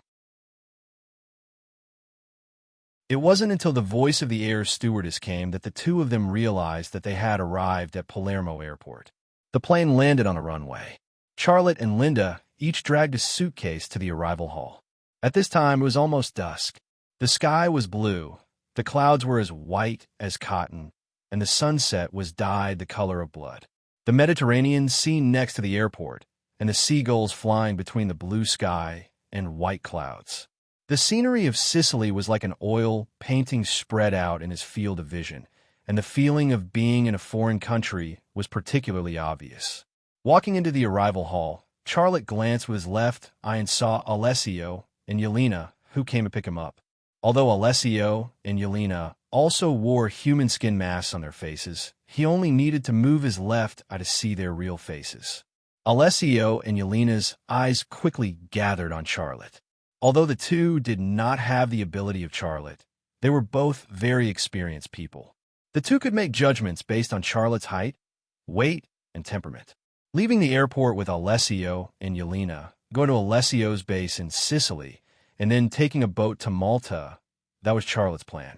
However, he had changed his plan on the plane. Charlotte dragged his suitcase and walked towards Alessio and Yelena. When he came to the two of them, he paused slightly, and in that pause, he said in a low voice, "Change of plan, wait for my notice." Alessio and Yelena were stunned for a moment. At this time, Linda dragged her suitcase and caught up with him, saying, "Mr. Marley, wait for me." Charlotte looked back and smiled. "I was looking for you. It's my first time here, and I'm not familiar with the environment. I almost lost you." Linda walked to Charlotte's side. "Let's go. You don't need to book a hotel. Stay at my house tonight. I have an extra room, and it's empty. If you stay at my house, I can take you around the streets and let you experience the authentic Sicilian culture." Charlotte said with a smile, "That's great. Thank you, Miss Linda. It's my treat tonight. You can eat whatever you want." "Wow, I'm a woman with a good appetite." "Haha, I'm also a man with a good appetite." The two talked as they walked, leaving Alessio and Yelena to the side. It was not until Charlotte and Linda walked out of the arrival hall that Alessio said, "What's going on?" Yelena shrugged. "You asked me, but who should I ask? What's the saying in Chinese? Do you want to say that he values love over friendship?" "Yes, that's the saying. Boss is leaving with a woman now. Is that the case?" "Keep your mouth shut," he said. "Boss is not the kind of person who doesn't know what's important and only knows how to play with women. Which woman around him isn't a stunner? Compared to his woman, this woman is too ordinary and can't enter his eyes. He must have his own thoughts and reasons for suddenly changing his plan. Then what should we do?" "Boss won't tell us the reason. Don't you see that woman following him? It's not convenient for him. I've already taken a photo of that woman." Yelena waved the phone in her hand and said, "Go back and ask Samu to investigate this woman's identity. Won't he be able to guess boss's reason then?" Alessio grinned, but his smile was ugly. Outside the arrival hall, Xiao Lei flagged down a taxi, and the two of them left in it. The taxi drove on the suburban road, and the Mediterranean Sea in the distance was boundless. The nearby fields were full of grapes, but it was past the grape picking season, and the branches were empty. "You're a very special person, Mr. Mayor." Linda broke the silence in the car. Charlotte smiled. "What's special about me? You look very sad, but very confident. Well, your eyes are very deep, which is the embodiment of knowledge and experience. You have a very special temperament, but unfortunately, I can't describe it. Anyway, you're very attractive," Linda said. Italian women were passionate and unrestrained, and they could say such things casually. This was the first time Charlotte heard a woman describe him like this. He was a little surprised and also a little happy. He smiled. "Haha, almost all I've heard are words of praise. Thank you, but we just met. To some extent, we're still strangers, but you want to bring a stranger like me to your home. Aren't you afraid that I'm a bad person?" "Well, do you think I'm a stupid woman who would bring a bad person to my home?" Linda asked. Charlotte couldn't help but laugh again. Women with knowledge and experience sometimes had a sharper and more accurate eye for men than detectives. If someone dared to bring him home, would they not have observed and thought about it?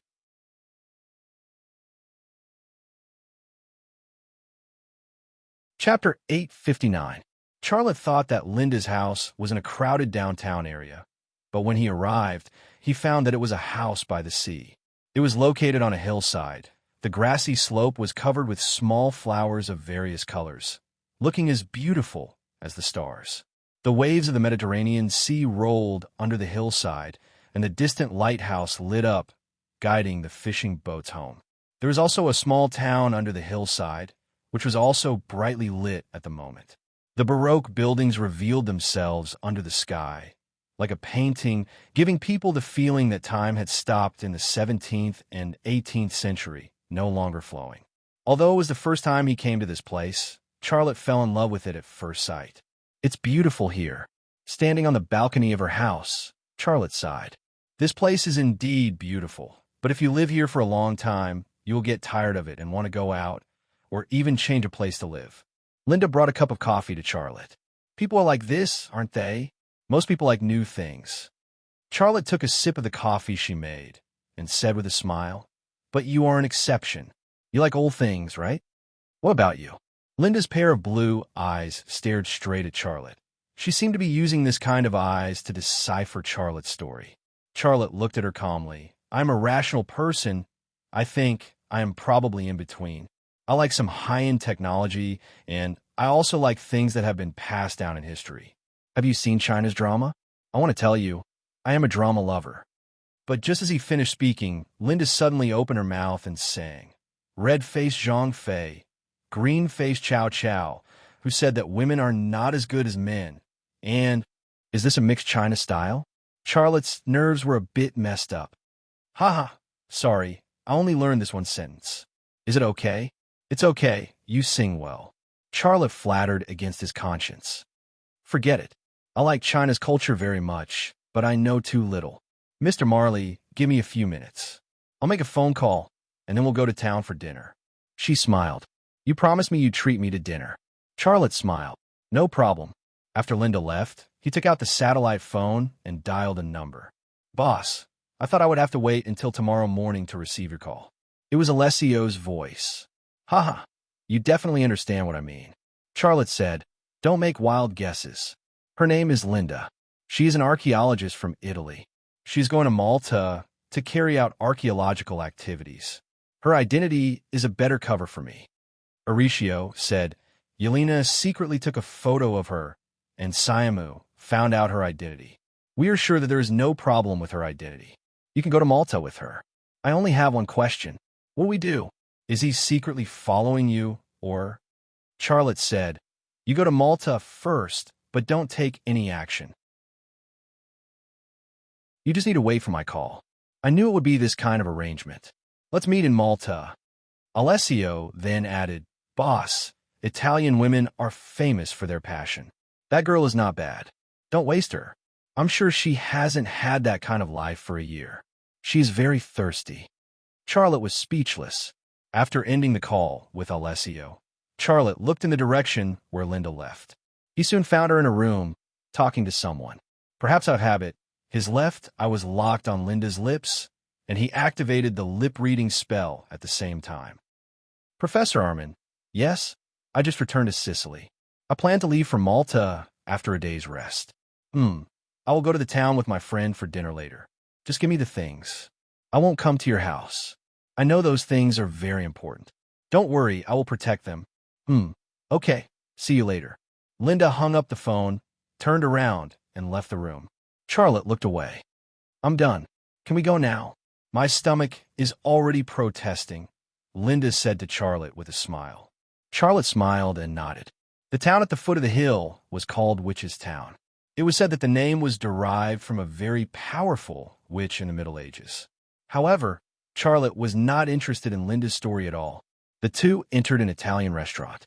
Charlotte ordered the best dishes and red wine in the restaurant, and then he asked the vagrant artist who made a living in the restaurant to play a romantic violin song, Serenade.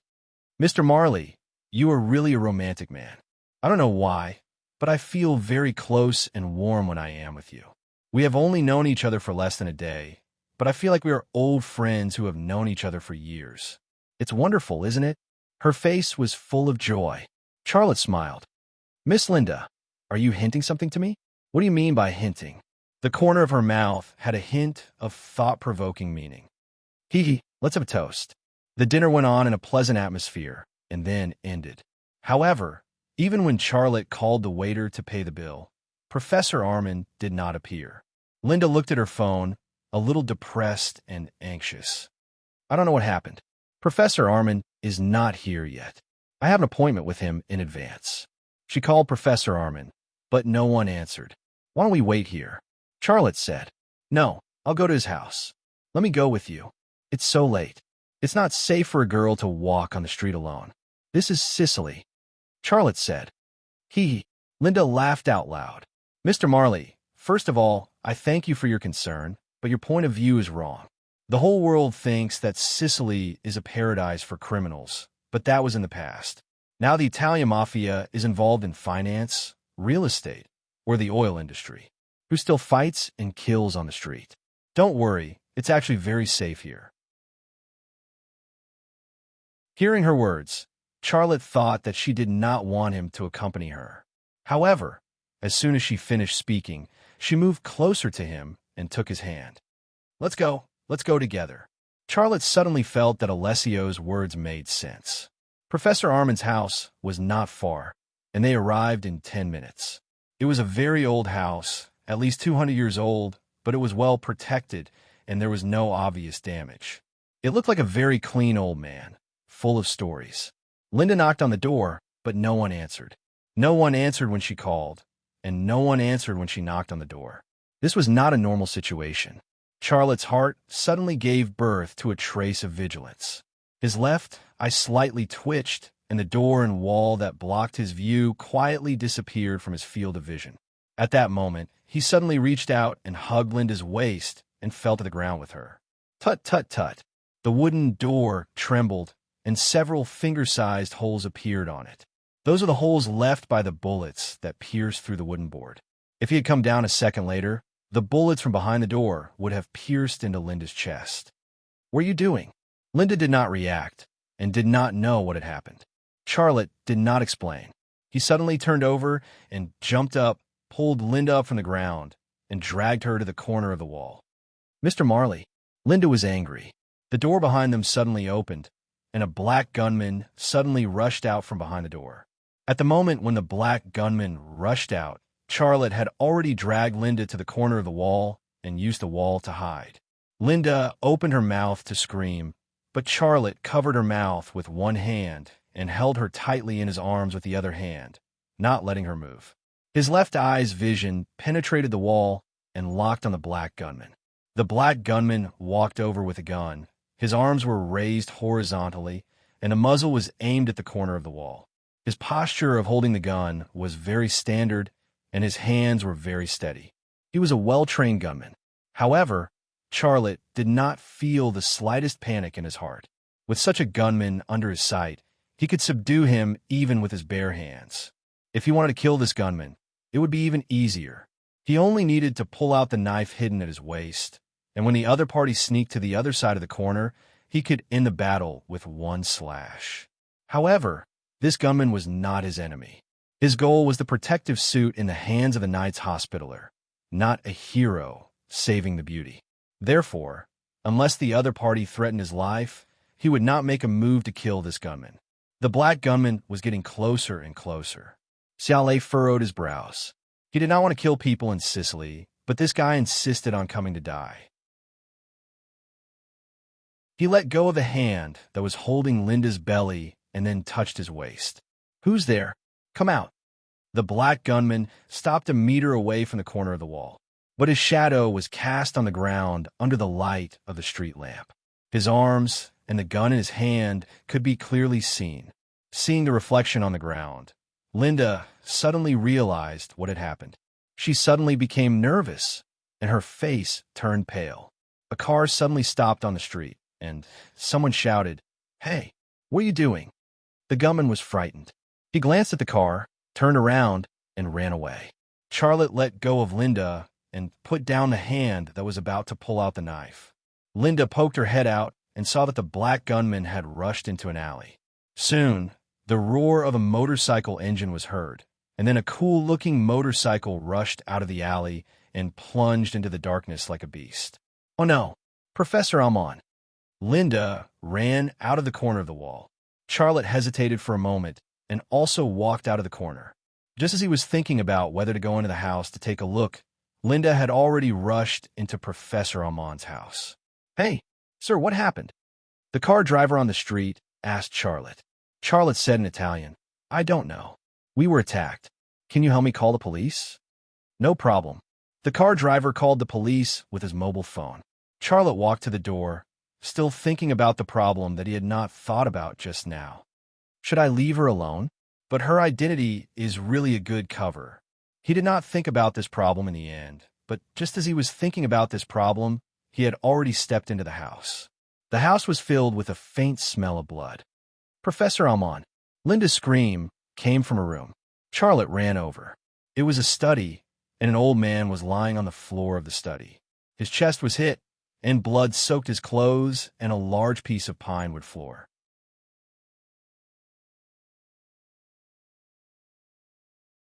Chapter 860.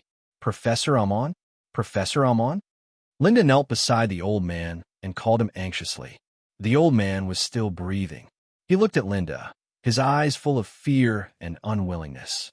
He seemed to want to raise his hand, but all he could do was move his fingers. Linda said in a panic, "Professor Almond, don't be afraid. You'll be fine. I'll call the ambulance right away." She took out her phone and called the ambulance. As soon as she gave the address, a gurgling sound came from Professor Almond's throat. It was the sound of dying. After that, his pupils began to dilate and lose the light of life. "Professor Almond? Professor Almond." Linda grabbed Professor Almond's hand. She called his name and shook his arm, trying to wake him up. Professor Almond didn't respond at all. Charlotte's eyes quickly swept across the entire study. The study was in a mess. The books on the bookshelves had been thrown to the ground. The drawers and cabinets had also been destroyed. The things inside were also in a mess. It looked like a burglary, but Charlotte smelled something unusual. First, the gunman's combat skills. He wasn't an ordinary gunman. Second, the motive. Who would rob a study? Professor Almond? Professor Almond. Linda was devastated. Charlotte wanted to comfort her, but he suddenly saw a pattern drawn in blood on the pine wood floor. It had just been pressed under Professor Almond's hand. Linda grabbed his hand, and the pattern was revealed. It wasn't finished, and it looked very blurry. From a normal perspective, it was even just a pool of blood. Charlotte's left eye twitched slightly, and he awakened the microvision ability. He quickly found the traces of a finger dipped in blood on the pine wood floor. Based on those traces and the general shape of the blood pattern, he suddenly got an answer. It was the prototype of an unfinished swallowtail cross. The swallowtail cross, also known as the Maltese cross, was composed of 4 VS, which was the emblem of the Knights Hospitaller. The incomplete emblem of the Knights Hospitaller shocked Charlotte. He thought to himself, was the old man hinting that his death had something to do with the Knights Hospitaller? Or are you hinting something to Linda? Xiaolei wanted to tell Linda about his discovery, but he swallowed the words that were at the tip of his tongue. He was now Marley, not Charlotte. He was just a businessman who owned a clothing factory. He didn't act like a businessman just now. If he told Linda about his discovery, would she still see him as a businessman? "He is my most respected teacher." Linda cried. Charlotte gently held her shoulders. "Don't be too sad. I believe the police will punish the murderer. He was a very kind person. I can't believe someone would kill such a good person." Linda leaned on Charlotte's thigh, looking very sad. Sirens could be heard outside the house, and a minute later, 2 police officers walked in. Charlotte helped Linda up. One of the 2 police officers checked the scene, and the other took Linda's statement. Then the other police officer also asked Charlotte a few questions. Charlotte simply described the incident and didn't say anything else. Half an hour later, Professor Almond's body was sent away. The police also set up a no-entry area with a seal. Linda left the police officer's contact number and then returned to her home with Charlotte. Linda sat on the viewing balcony and looked down at the small town at the foot of the hill without saying a word. Charlotte made her a cup of coffee and then handed it to her. "I know you're upset, but you'd better get over it. Everyone has a day. It's just that the way we leave this world is different. Thank you for saving me." Linda looked at Charlotte, her eyes full of gratitude. "I just did what I should do."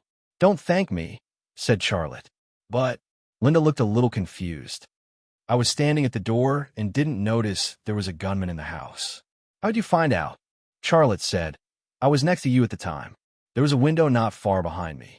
It was open, and the dark wall turned it into a mirror. I saw the gunman through the glass. At that time, he was aiming at the door with his gun. I couldn't care so much, so I threw you to the ground." "Thank you." Linda's eyes looked very gentle. "You must be an angel sent by the Father to save me. If it weren't for you, I would have left this world with Professor Amon. Charlotte was silent for a moment and then said, Linda, can you tell me what's going on? You had an appointment with Professor Amon. He was going to give you something, but he was killed. I didn't see you get anything. Linda just looked at Charlotte and didn't say anything. Charlotte shrugged. Please forgive my curiosity. I'm just unfortunately involved in this matter. I just want to know the reason. If it's inconvenient, just pretend I didn't ask. Linda said, the main purpose of my return to Sicily this time was to get the Iron Leaf book from Professor Amon, but I didn't expect this to happen. Iron Leaf book? What's that? Charlotte was inexplicably tempted. Linda said, it's actually not made of iron. It's made of bronze. Bronze book? Charlotte was shocked.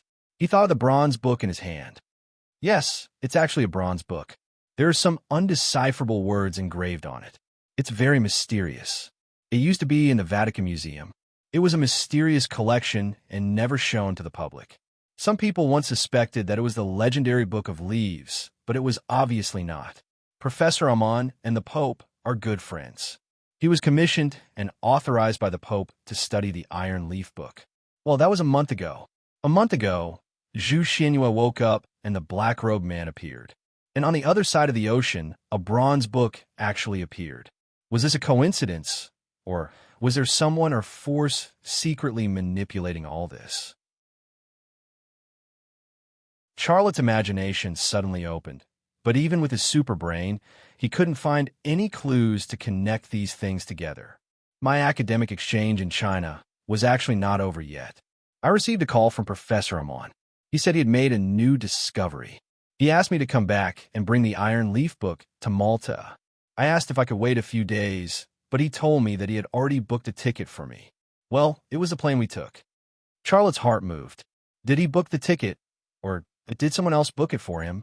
I don't know about that. I didn't ask. He seemed very anxious, and I couldn't refuse, so I came back. Coincidentally, we met and sat next to each other, Linda said. Was it really just a coincidence? On the plane, no matter which seat you sat in, there would be neighbors. If you had a good impression of each other, it wouldn't be strange to become friends. This kind of thing happened every second in this world, and it wasn't strange at all. But for some reason, the feeling in Charlotte's heart that someone was secretly manipulating him to meet and get to know Linda became more and more obvious. And before Linda mentioned the Iron Leaf book, he didn't have this feeling. Why did he ask you to bring the Iron Leaf book to Malta? Why didn't he go himself? After a short silence, Charlotte tentatively asked.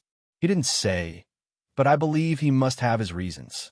Then did he tell you where to take the Book of Iron to on the island of Malta? Or to meet someone? Charlotte was eager to know the answer. Well, Linda's gaze moved to Charlotte's face. Mr. Marley, why are you so interested in the Iron Leaf book? Only then did Charlotte realize that he was too impatient and aroused Linda's suspicion. He said, it's nothing. I'm just too curious.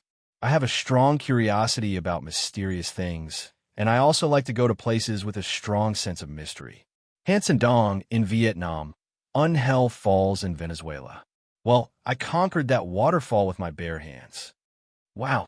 Without waiting for Xia Lei to continue, Linda's eyes shone with a strange light. You conquered Anger Falls? That's the waterfall with the highest drop in the world. It's almost 90 degrees vertical. Even many professional extreme athletes can't conquer it. And you actually conquered it? Unbelievable. Charlotte gently shrugged. I like exciting and mysterious things. I don't want to be a businessman, but I have to make money, or I can't conquer those places. You're really a strange person. Linda stared at Charlotte. You must have a lot of stories. All of us have stories. The only difference is whether we're ordinary or extraordinary. Charlotte deftly changed the topic. Professor Armin was killed, and the Iron Leaf book is missing. Are you still going to Malta? If she didn't go, he would leave here tonight. He wouldn't waste his time on an Italian woman. I'm going to take a look. I'm going to the place Professor Armin told me to go, Linda said. Charlotte didn't ask where. He had already made the mistake of being impatient, and he couldn't make the same mistake again. Linda suddenly stood up from her chair and moved to Charlotte's side. Charlotte looked at her, guessing her motives. Linda suddenly raised her hand and pressed it on his chest. Charlotte was slightly stunned. "Miss Linda, what are you doing?" "What strong muscles," Linda said. Linda said, "You said that you conquered the Anger Falls. I want to see if your body has the ability to do that. Can you show me?" She was a very smart woman. Charlotte hesitated for a moment, then unbuttoned his shirt and took off his suit.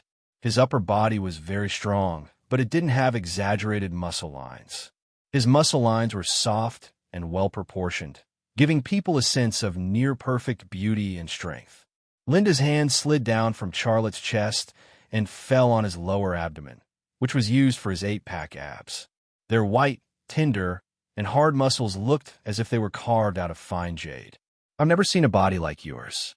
Your skin, your muscles. I can't find the words to praise them." Linda's eyes sparkled with excitement. Her hand slid down from Charlotte's abs to the gap between his belt. Charlotte took a step back. "Well, it's getting late. I want to go back to my room. Good night, Miss Linda." Linda's eyes flashed with disappointment. "Mr. Marley, will you still go to Malta with me tomorrow?" "Of course, I'd love to," Charlotte said. He was waiting for this sentence.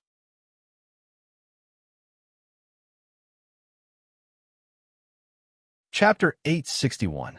The Black Gunman, the Book of Iron, the Italian archaeology professor, and his student, Linda. These people and things were entangled in Charlotte's mind, and he couldn't stop them. A very faint sound came from the next room. It was the sound of footsteps. It was already very late. What was she doing up? Charlotte got up from the bed. His left eye twitched slightly, and the wall that blocked his view disappeared from his sight without a sound. In the next room, Linda walked to the door. She was wearing a set of light pajamas. Under the illumination of the light, the curve of her body was vaguely revealed. She was curvy and very attractive. Linda opened the door and walked to her study. Charlotte got off the bed and quietly went to the door. When Linda walked into the study, he opened the door and slowly walked to the study. Throughout the process, he kept his eyes on Linda. Linda closed the door of the study and walked to one of the bookshelves. She can't be looking for a book to read, right? Charlotte thought in his heart. At this moment, Linda squatted down and opened a wooden cabinet under the bookshelf. Her squatting position made her pajamas tightly wrap around her perky buttocks. It was a real big white ball. Under the light, the dent in the middle of the big white ball could be clearly seen. The color was dark and extremely seductive. This kind of scenery made Charlotte feel very awkward. He didn't want to peep, but she was exposed. Linda didn't know there was someone behind the door. She took out a leather backpack from the cabinet. She brought the leather backpack to the desk, opened it, and took out the things inside and put them on the desk. Among the items were passports, a handwritten notebook, a pistol, and a few other small items that looked like electronic equipment and archaeological tools. She was actually hiding a pistol. However, it was not strange for an Italian, especially an Italian woman living in Sicily, to have a pistol. On the surface, Italy's gun control was very strict, but guns were rampant among the people. Even many white-haired old ladies had a gun. Linda grabbed the pistol, took out the magazine, and glanced at it. Then, she put the miscellaneous items back in her backpack. She put the backpack back into the cabinet under the bookshelf and walked to the door with the gun. Charlotte left quickly without making any sound. As soon as he returned to his room, Linda came out of the study with a gun. He hid in the doorway, his left eye still locked onto Linda. Linda came to Charlotte's door with a gun and stopped. "Does she want to kill me?" Charlotte was very surprised, but he did not panic. He was already prepared to make a move. His hand was placed on his waist, ready to pull out the military knife hidden at his waist at any time. However, at this moment of hostility, Linda shook her head and turned to leave. Charlotte was stunned. He couldn't understand what she was trying to do. In his surprise and suspicion, Linda changed into a pair of sneakers at the front door, then opened the door of the front hall and walked out. Charlotte opened the door and followed her out. He saw Linda walking down the hill. Under the hazy moonlight, she looked very strange in her pajamas. She looked like a ghost wandering on the hillside, or a female ghost that chose people to devour. So, she is going to Professor Armin's house. She just wanted me to go with her? Charlotte guessed Linda's motive and had a deeper guess. In the evening at Armin's house, she didn't go to look for anything. Did she do it on purpose? Did she wait until there was no one at night to get it? Could it be the Book of Iron? Otherwise, why would she have a gun? This guess made Charlotte excited. Linda did not walk fast. She did not go far before she looked back. Before she looked back, Charlotte had already hidden in the front door. He also made a decision. He did not immediately follow her out. Instead, he quickly ran to her study. There was no dense vegetation on the hill, so it was difficult to hide. If he followed closely, Linda might find him. With her current speed, he could catch up with her before she reached the town. During this period of time, he could have done something else, which was to look at the contents of the notebook. Entering the study, Charlotte quickly took out Linda's backpack from the cabinet under the bookshelf and took out the notebook in the backpack. He opened the notebook and saw the contents.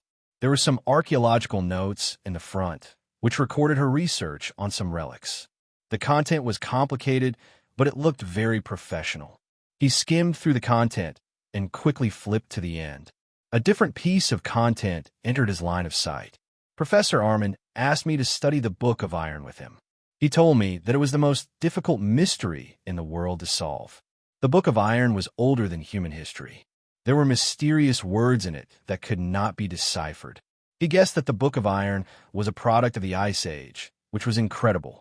Was there a prehistoric civilization in the history of the Earth? After all, the Earth was billions of years old, and human history was only 1 or 2 million years old. Why was it impossible for a more advanced civilization to exist before that? I accepted his proposal. This was a chance to witness a miracle in the field of archaeology. I finally saw the Book of Iron. It looked like an ordinary book that was slightly larger than the average book. Before I saw it, I thought it was made of iron. I didn't expect it to be made of bronze. I asked Professor Armin why it was called the Book of Iron and not the Book of Bronze. He said that it was a name given by the owner in Roman times, and it has been used since then. It has been around since Roman times. My God, it has been more than 2,000 years since it was discovered. Until now, no one has been able to solve its secret. Professor Armin and I have tried many methods, including spectral analysis and looking for language experts. Unfortunately, we have found nothing. Our research seems to be clueless, and I am very frustrated. But I also know that no one has been able to solve its secret for more than 2,000 years. How can I hope to solve its secret in one go? The people from the Vatican seem to be anxious. They sent someone to check on the progress. This was hilarious.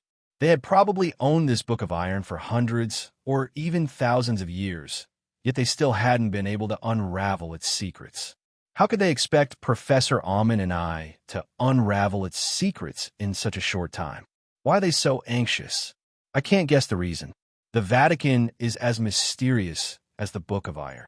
Professor Armin said that he was hallucinating, and he was sure that he did not drink or take any illegal drugs. I asked him what kind of hallucination it was, but he refused to tell me. Forget it. I have to put my work aside. I have to go to China to participate in an academic conference. I hope I can get some inspiration from my colleagues in China to solve the secret of the Book of Iron. After reading it, Charlotte was still stunned. Although Linda did not take a picture of the Book of Iron, according to her description, he was sure that the Book of Leaves was the same as the bronze book in his hand. 2 bronze books. What is going on? The voice message that I had left in the bronze treasure book suddenly appeared in his mind.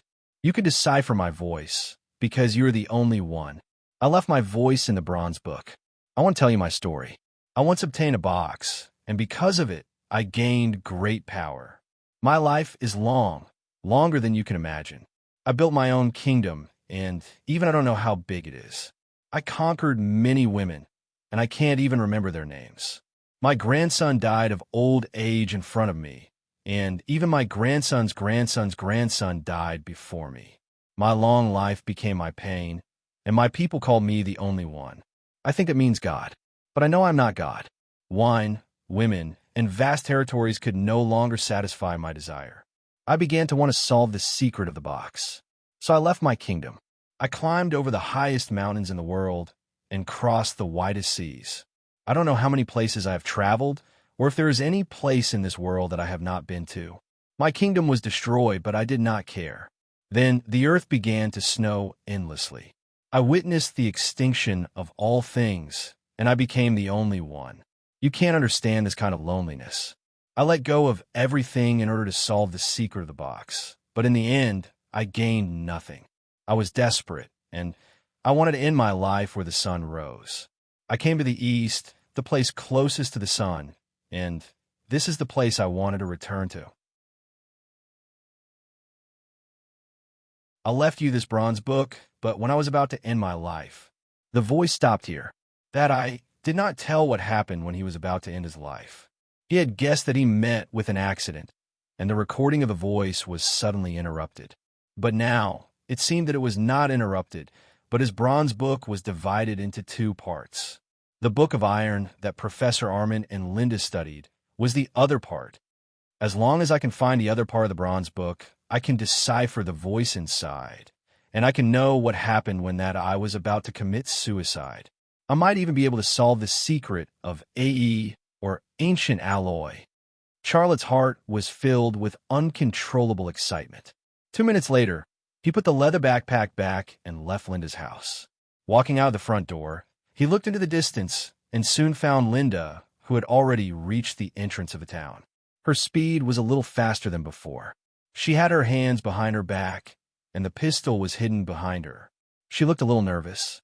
Under normal circumstances, she should have changed into clothes suitable for a gun, but she only had a nightgown on her body, and she was not wearing anything inside. Even if she wanted to hide the gun, there was no place for her to hide it. But could also be seen how anxious she was to return to Professor Armand's house. Charlotte rushed down the hill, and his speed was very fast. It took Linda about 7 or 8 minutes to finish the journey, but he only took 2 minutes to leave her behind. When he reached the entrance of the town, Linda had just reached the door of Professor Armand's house. The lights of the town were cold, and there was not a single person walking on the street. Linda bent down and crawled through the tape set up by the police. She found the key under a flower pot. She quickly opened the door with the key, but when she was about to go in, a black shadow suddenly jumped out of the dream.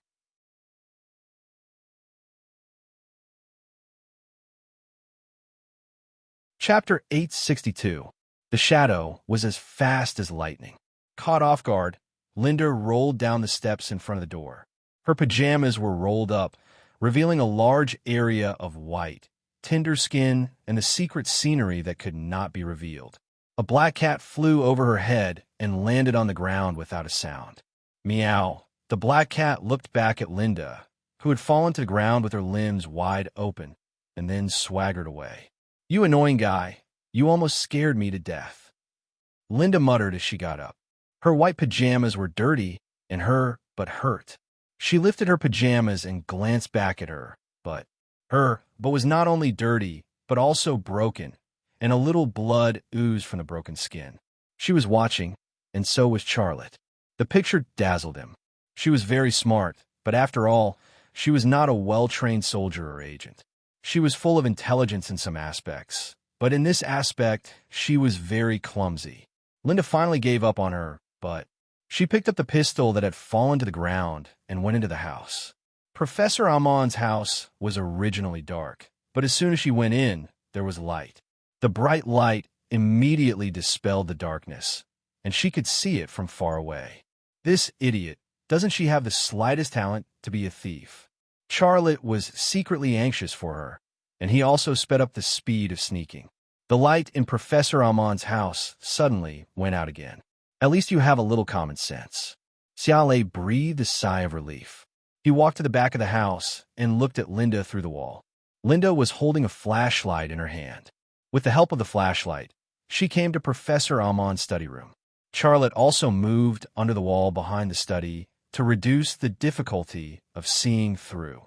Although there was only the light of the flashlight in Linda's hand in the study, he could still see the situation in the study clearly. The police drew a human-shaped pattern on the place where Professor Armand's body was displayed. There were still bloodstains on the floor, which had already dried. The messy things in the study had not been put back to their original places, and the floor was still scattered with books, papers, and some other messy things. This situation was normal. It was impossible for the police to clean up the crime scene without solving the case. Professor Armand, I hope that guy doesn't know your secret here. Don't worry, I will definitely crack the secret of the Book of Iron and help the police catch the culprit. You are in heaven. Please help me. Linda made the sign of the cross and prayed to the blood left by Professor Amon on the floor. After praying, she went to a bookshelf. What does she want to do? Charlotte was very curious. Just then, Linda reached out and pushed the bookshelf. The bookshelf moved slowly and slid to the side.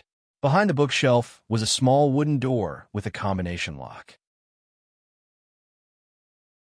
Linda keyed in the combination lock, then opened the wooden door and walked in. The wooden door closed automatically. It did not affect Charlotte's X-ray vision. After slightly enhancing the strength of his X-ray vision, the space behind the wooden door entered his line of sight. It was a narrow secret room, which could also be called a collection room. There were some cultural relics and antiques inside. There were armor and weapons of the Crusaders, paintings related to religion, and some antiques collected from who knew where. The antiques and cultural relics were still in good condition. There were no signs of them being messed up. Charlotte could not help but feel excited. It hasn't been flipped through. Could it be that the Book of Iron is still in Professor Amon's secret room? Linda walked to a safe. She keyed in the password and opened the safe. The moment the safe was opened, she sat on the floor. The safe was empty. This result also extinguished the excitement in Charlotte's heart. For him, if the Book of Iron was still in the safe, things would be much simpler. He only needed to sneak in, knock Linda out, and take the Book of Leaf. This might be a bit despicable, but he would still do it. But now it seemed that he would not have the chance to do that. After sitting in a daze for a minute, Linda got up from the floor. She closed the safe and then left Professor Amon's secret room.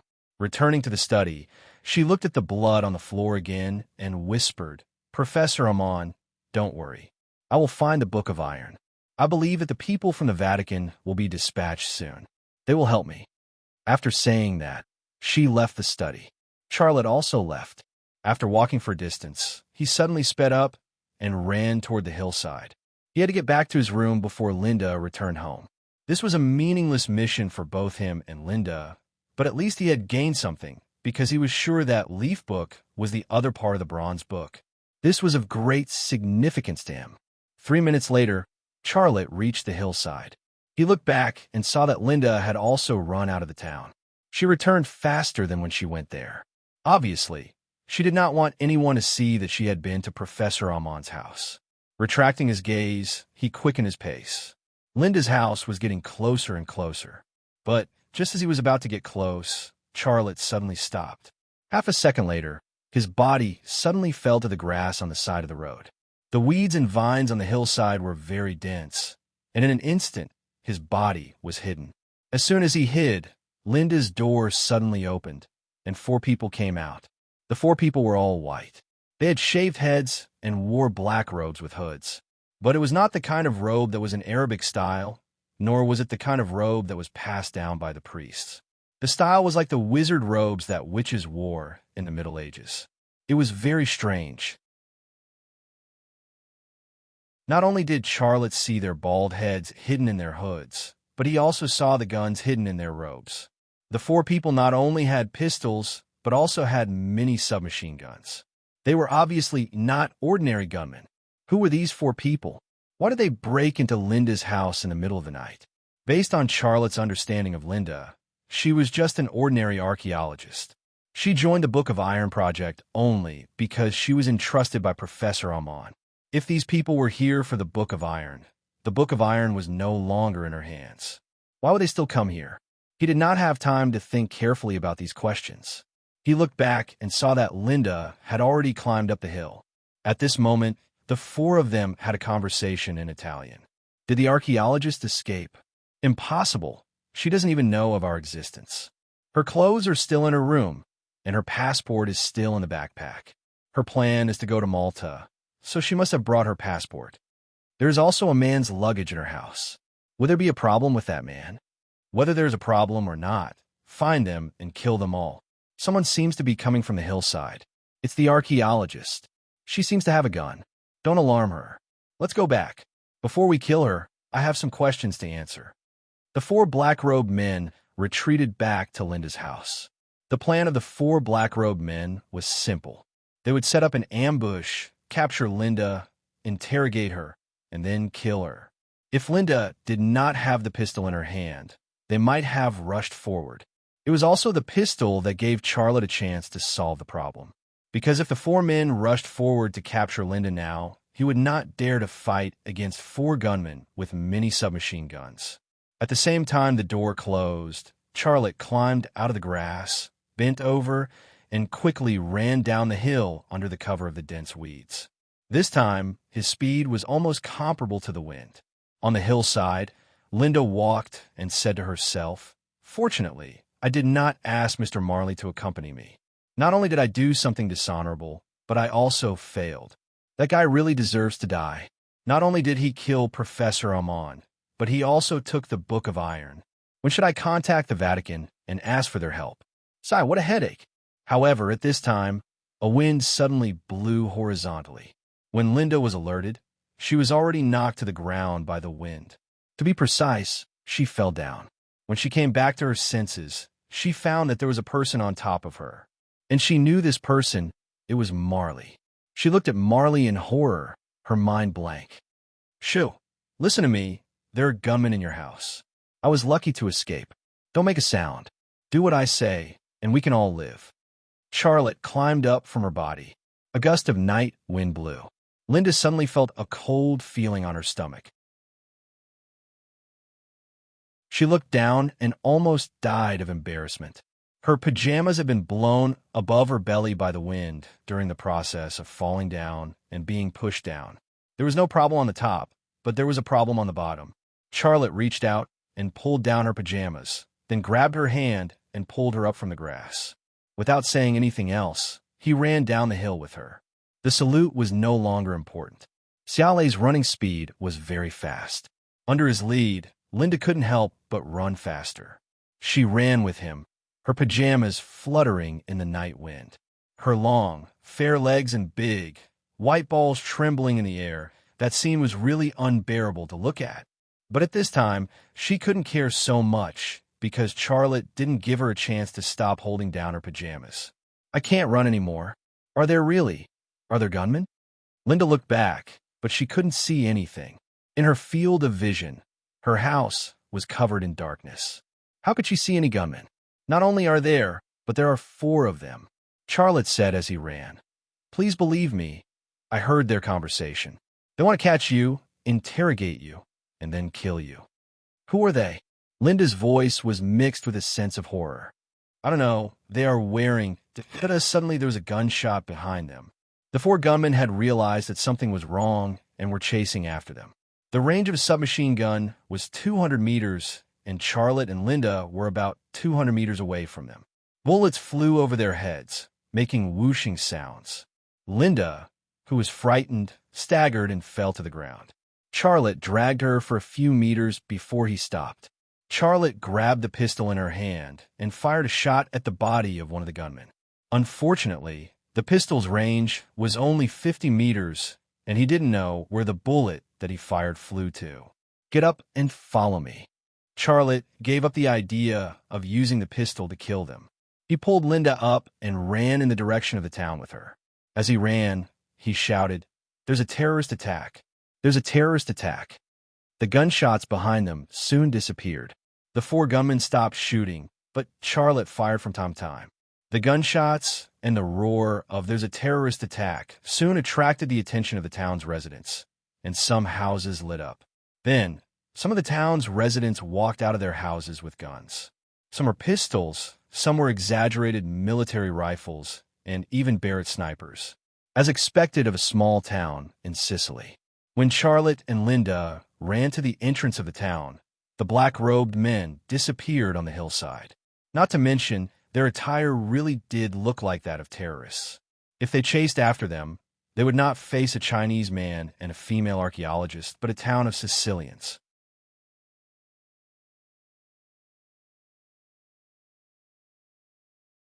Chapter 863. One day later, in Valletta, Malta. I've arrived in Valletta. Wait for my notice. On a street, an Asian man made a one-sentence phone call. Next to the Asian man, a blonde was choosing goods at a stall. She chose a pair of white underwear, a black bra, and a pair of socks. "Mr. Marley, do you think it looks good?" The blonde held the bra she chose in her hand and asked the Asian man next to her to take a look.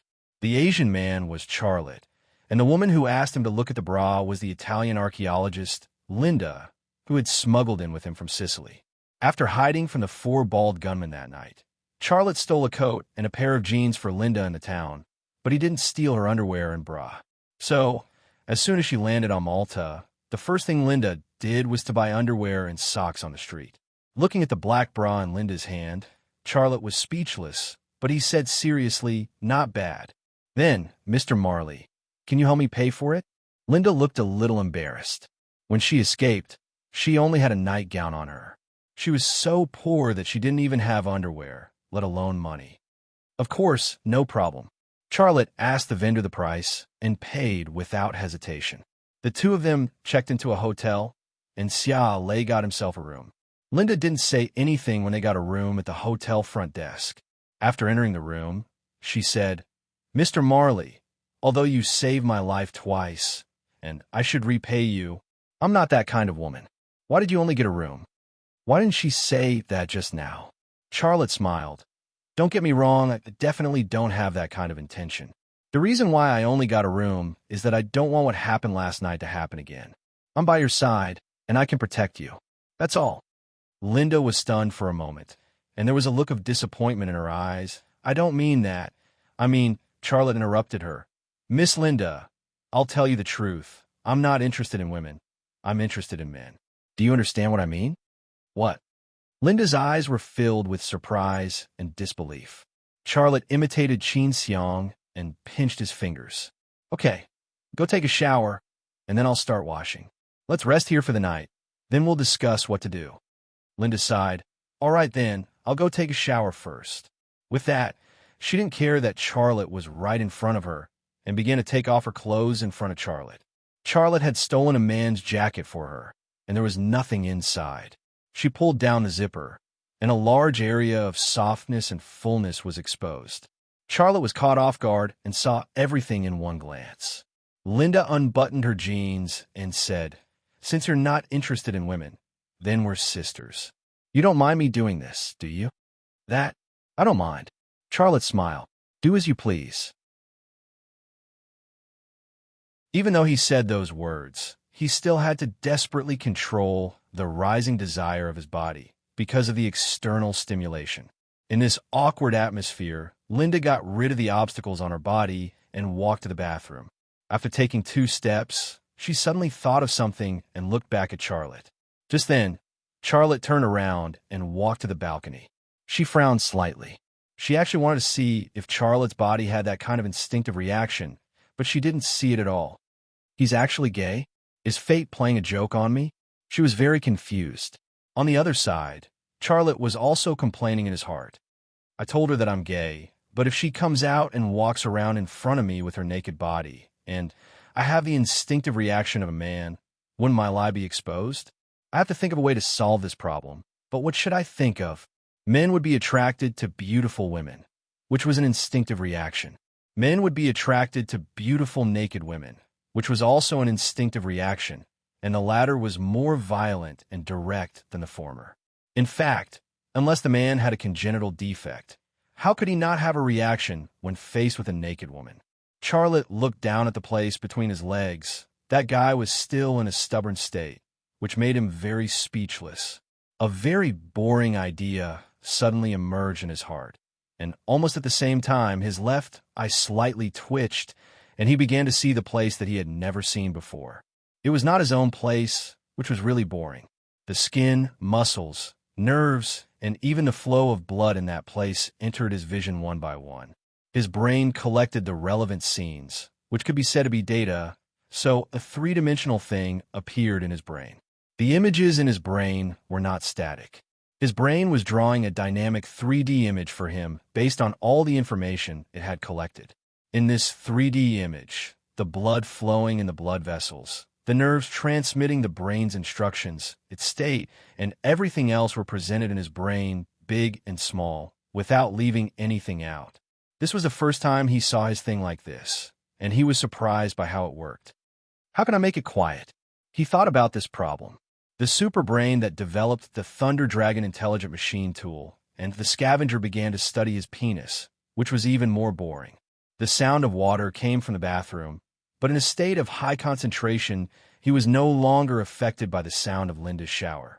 He closed his eyes, only keeping the three-dimensional dynamic image in his brain. He allowed his thoughts to run on their own, just like an intelligent machine that had entered an automatic mode. His brain analyzed and evolved according to the images and data he collected, giving solutions to solve problems one by one, and then push them down one by one. Any success was built on the basis of failure. Rather than saying that his brain was an automatic precision machine, it was better to say that it was a decoder, constantly entering numbers to crack the password. In a moment, he didn't know what thought touched his nerves, but the mysterious energy lurking in his brain actually appeared. It appeared, it flowed, and instantly entered his blood circulation system, into his nerves, muscles, and even every cell. All of his desires disappeared in that instant. Charlotte suddenly opened his eyes and looked down at his thing. A miracle was born in that instant, and that thing quickly returned to normal. The problem was solved. Charlotte was inexplicably shocked, because the mysterious energy lurking in his brain would only awaken when his life was threatened and he reached the extreme.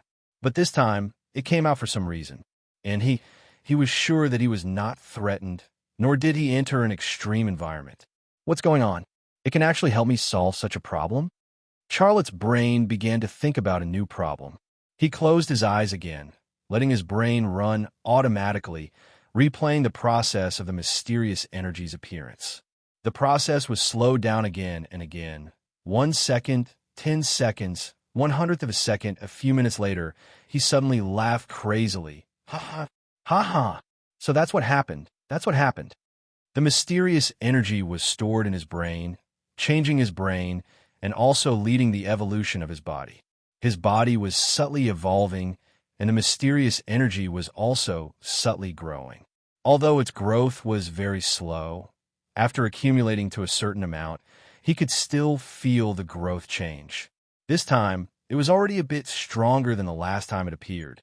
If the mysterious energy was the electrical energy in the battery, then his brain was a battery. This analogy seemed simple, but it was the simplest and most effective way to solve the problem, because he only needed a wire to use the electrical energy in the battery. He had this wire in his body all along. It was just that he had never noticed it before. This wire was his thoughts, and when his thoughts reached a certain intensity, it would stimulate the core area of his brain, and the mysterious energy would awaken, turning into his electrical energy and be used by him. It was not just for use, because the use itself was also training, and training would make him stronger. In other words, the appropriate use of the mysterious energy, not only would it not disappear because of consumption, but it would also make it stronger. I actually missed so many opportunities to train it. After finding the answer, Charlotte's heart was filled with excitement, but he also felt a little guilty. He could actually become stronger than he was now. It was just that he didn't train. At this time, Linda came out of the bathroom. She had a bath towel, but she didn't wrap her body. Instead, she used it to wipe the water from her hair. Her body was completely exposed in front of him. It was so white and tender, so mature and alluring. Charlotte looked at her with a smile. Linda also stared at Charlotte, but at least half of her eyes quietly fell on Charlotte's private part. She didn't believe that Charlotte was gay, but she didn't believe that Charlotte wouldn't have any reaction when he saw her body. Charlotte's pants didn't move at all. He smiled and said, "You don't have to do this." Linda didn't give up. "I'm done. It's your turn. Go take a bath." Charlotte walked to the bathroom. "Wait." Linda stopped him. "Didn't you say you were gay? We are like sisters. You could take off your clothes in front of me. There's a lot of water in the bathroom. It will wet your clothes." "Okay then." Charlotte smiled calmly and quickly took off his clothes, everything. Linda was dumbfounded. Charlotte walked to the bathroom. Now that he had mastered the method of using the mysterious energy, not to mention seeing a woman's naked body. Even if Linda were to tease him shamelessly and have physical contact with him, he would still be able to control himself 100%. Watching Charlotte's back disappear at the door of the bathroom, Linda was stunned for a long time before she came back to her senses. He is really gay? The rest of the night became dull and uninteresting. Linda slept on one bed, and Charlotte slept on the other. The two of them chatted, but it was mostly about the Book of Iron and the Maltese Islands. When he closed his eyes to sleep, a smile appeared on Charlotte's face. You should give me a compliment for the women at home. If Linda could hear his thoughts, she would probably kick him in the face.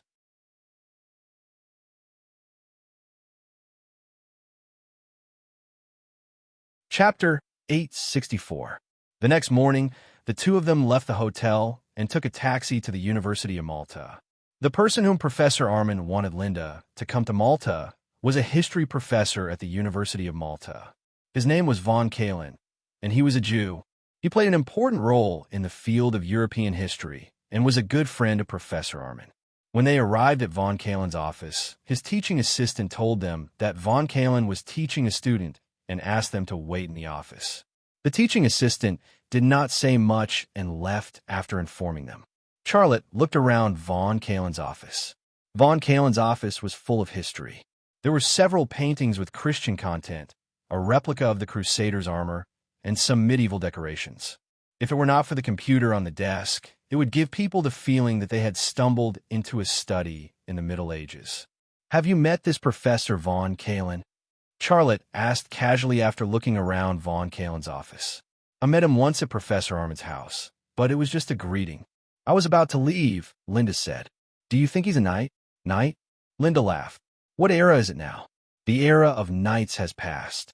Perhaps there are still people who buy the title of knight from the Palace of Malta, but that is meaningless. Mr. Marley, are you interested in the history of knights? Charlotte smiled.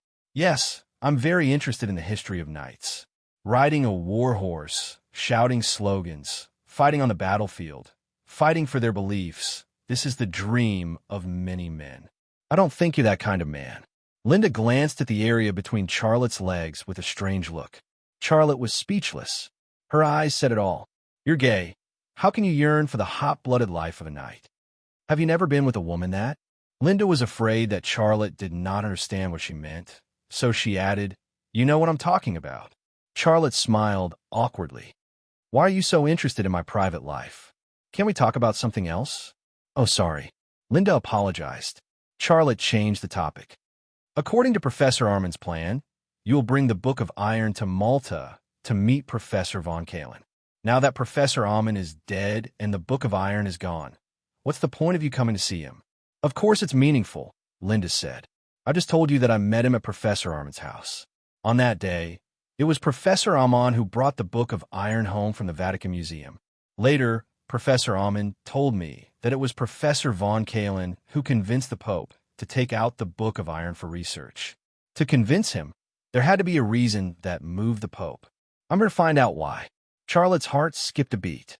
Do you mean that Professor von Kalen already has a certain understanding of the Book of Iron? Probably. He is a top expert in European history. Maybe he knows where it came from, or maybe he knows who will take it, Linda said. Charlotte secretly said in his heart, Even if I know where it came from, you will never be able to unravel its secrets. He said, If Professor von Kalen told you all this, what's your next step? Linda shook her head. I don't know. I'll see Professor von Kalen first. After all, she was just an archaeologist, not a warrior, and definitely not a detective. In the face of this kind of thing, her ability was really limited, and there was almost nothing she could do. Aren't you afraid of danger? Last night, you almost died twice, Charlotte said. Linda smiled. Of course I'm afraid, but I can overcome it. Besides, don't I still have you to help me? After a pause, she stared straight at Charlotte. This has nothing to do with you. You can stay away from danger, so why are you helping me? Before, I thought you were attracted to me, wanted to chase me, and wanted to sleep with me. But I stripped naked, and you didn't have the slightest reaction. Tell me, why are you doing this? Charlotte somewhat regretted not doing it with her last night. If he did, then there wouldn't be this current trouble. Last night, he had learned to control his desire and the thing in his body, but now he couldn't face Linda's problem. That's right. Not for profit, not to pick up girls, but to risk your life. What are you after? Just when Charlotte didn't know how to answer this question, someone came in the office door. But it wasn't Professor Von Kalen they wanted to see, but the teaching assistant who left before. I'm really sorry. The teaching assistant looked apologetic. Professor Von Kalen's family had some problems, so he ended his class early and went home. He asked me to tell you that he would meet you at his house. Have you been to his house? No. Linda said, please give us an address.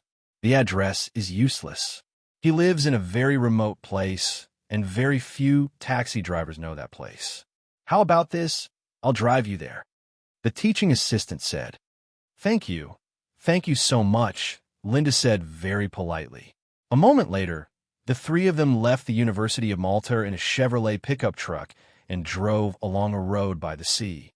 Through the window, Charlotte saw the ancient walls and castles standing by the sea. They were fortifications built by the Knights Hospitaller when they occupied the land in the Middle Ages to defend against the Turks' attack. Hundreds of years had passed, but they still stood under the sky, telling the story of that era in a silent language. There were countless historical sites on the island of Malta, many of which were related to the Knights Hospitaller, but Charlotte didn't find any Knights Hospitaller activities. And he knew that the real headquarters of the Knights Hospitaller was here. They had never given up on reclaiming the territory that once belonged to the Knights Hospitaller. Would the Knights Hospitaller help the Knights Hospitaller reclaim this territory if they repaired the armor of the Knight of the Apocalypse on the Red Horse? There was no shortage of people who believed this in the Middle Ages, but now it's the 21st century. I'm afraid that even the Knights Hospitaller don't believe this. Then, why are they so persistent in searching for and piecing together the armor of the so-called horsemen of the apocalypse? Xiaolei quietly thought about this question as the ancient ruins flashed before his eyes. His plan was actually very simple. He would sneak onto the island and live there if he could steal the protective suit. If he couldn't steal it, he would at least find out where the headquarters of the FA organization was, and then let the Knights Hospitaller start a new war. But now another bronze book had appeared, and a new force had appeared, which was the black-robed, bald gunman from last night. Things had once again become complicated out of his control. Sir, where are you from? The assistant asked Charlotte a question as the car drove out of the city of Valletta. Charlotte said, I'm from China. Oh, you speak Italian very well, the assistant said. Is this your first time in Malta? Well, yes, I like this place very much.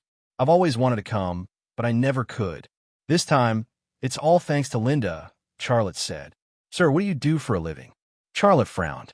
Wasn't this assistant asking too many questions? Linda seemed to be afraid that Charlotte would offend the assistant. She said, Mr. Marley is my friend. He has his own company in China. Well, it's mainly engaged in clothing design and production. Oh, really? That's amazing. Maybe the clothes I'm wearing are produced by your company, the assistant said with a smile. To ease the atmosphere, he closed his mouth and focused on driving. The further they went from Valletta, the more desolate the scenery became. Linda moved closer to Charlotte's ear and whispered, When you see Professor Von Curran later, don't say anything and let me handle it. Okay? The hot air from her mouth blew into his ear, and the feeling was ticklish and very tempting. Charlotte's part was stimulated, but before it could instinctively react, he moved his mind, and it suddenly became quiet again. The more times he trained, he became more and more adept at controlling this new skill. What do you mean? Charlotte's voice was very soft. Some people have a certain prejudice against race. Do you understand what I mean? Racism? I understand. Charlotte felt a little uncomfortable. I'm sorry. Linda put her hand on Charlotte's thigh. I will make it up to you. Don't you want to visit the historical sites on the island? When you see Professor Von Karun, I will go with you. I will accompany you wherever you go first. Charlotte finally showed a trace of a smile. Okay, you can talk to Professor Von Karun then. I will wait for you outside. Linda smiled, but the hand on Charlotte's thigh did not move away. Instead, It gently slid towards the most sensitive part. She seemed to want to straighten him. However, there was still no reaction from Charlotte. About 10 seconds later, she retracted her hand, her eyes full of disappointment. There was no reaction at all. Even if she used the fork to prop herself up, what use would that be? The car entered a valley. There were dense forests, grasslands full of wildflowers, and in the distance, the waves of the Mediterranean Sea. The scenery here was picturesque.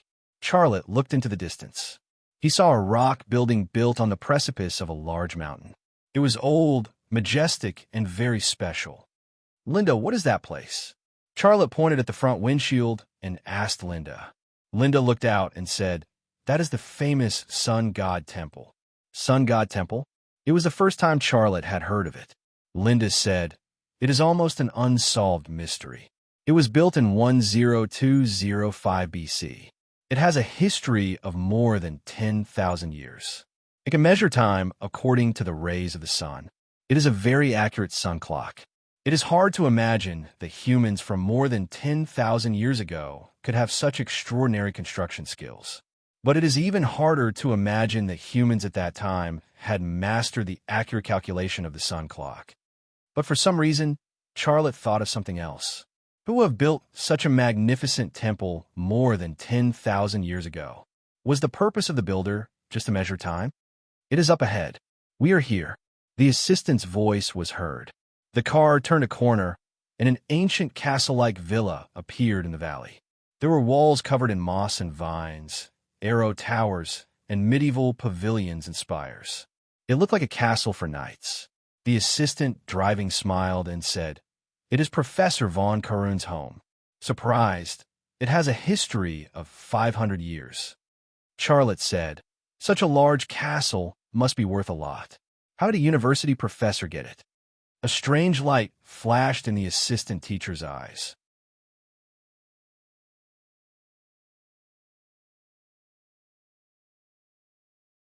Chapter 865. Please stop, Charlotte suddenly said, holding his stomach. He looked very nervous and embarrassed. The teaching assistant frowned. Mr. Marley, what's the matter? My stomach hurts.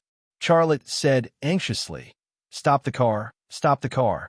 There's a bathroom in Professor Von Callan's house. I could drive faster. The teaching assistant stepped on the accelerator. I can't take it anymore. Stop. Charlotte roared. What's wrong with you? You have no manners. The teaching assistant still did not stop the car. Instead, he drove faster and faster. Linda also looked at Charlotte with a strange expression. Although she did not say anything, she was obviously slightly unhappy with Charlotte's behavior just now. She did not know that not only did Charlotte not restrain himself, but he also went even further. He said, all right then, I'll pull you into the car. This sentence was still effective. The teaching assistant stepped on the brakes and stopped the car. As soon as the car stopped, Charlotte quickly opened the door and ran into the woods by the side of the road. Miss Linda, your friend is really too vulgar. He doesn't have the slightest bit of politeness or elegance. The teaching assistant looked very unhappy. Although Linda thought so, she said, please don't talk about my friend behind his back. You don't know him at all. The teaching assistant sneered and stopped talking to Linda. He glanced at the woods by the side of the road and happened to see Charlotte taking off his pants and squatting down. He looked away in disgust. Just as he looked away, Charlotte, who was squatting at the foot of the tree, took out his satellite phone. As soon as the phone was connected, he said, where are you? We're 5 kilometers away from you. It was Yelena's voice. Move immediately. Charlotte said, I suspect that I found the real headquarters of the Knights Hospitaller. Lock onto my position immediately and move closer to me. Roger. We'll be at your current position in 30 minutes. It was Yelena's voice. Remember, don't attack rashly.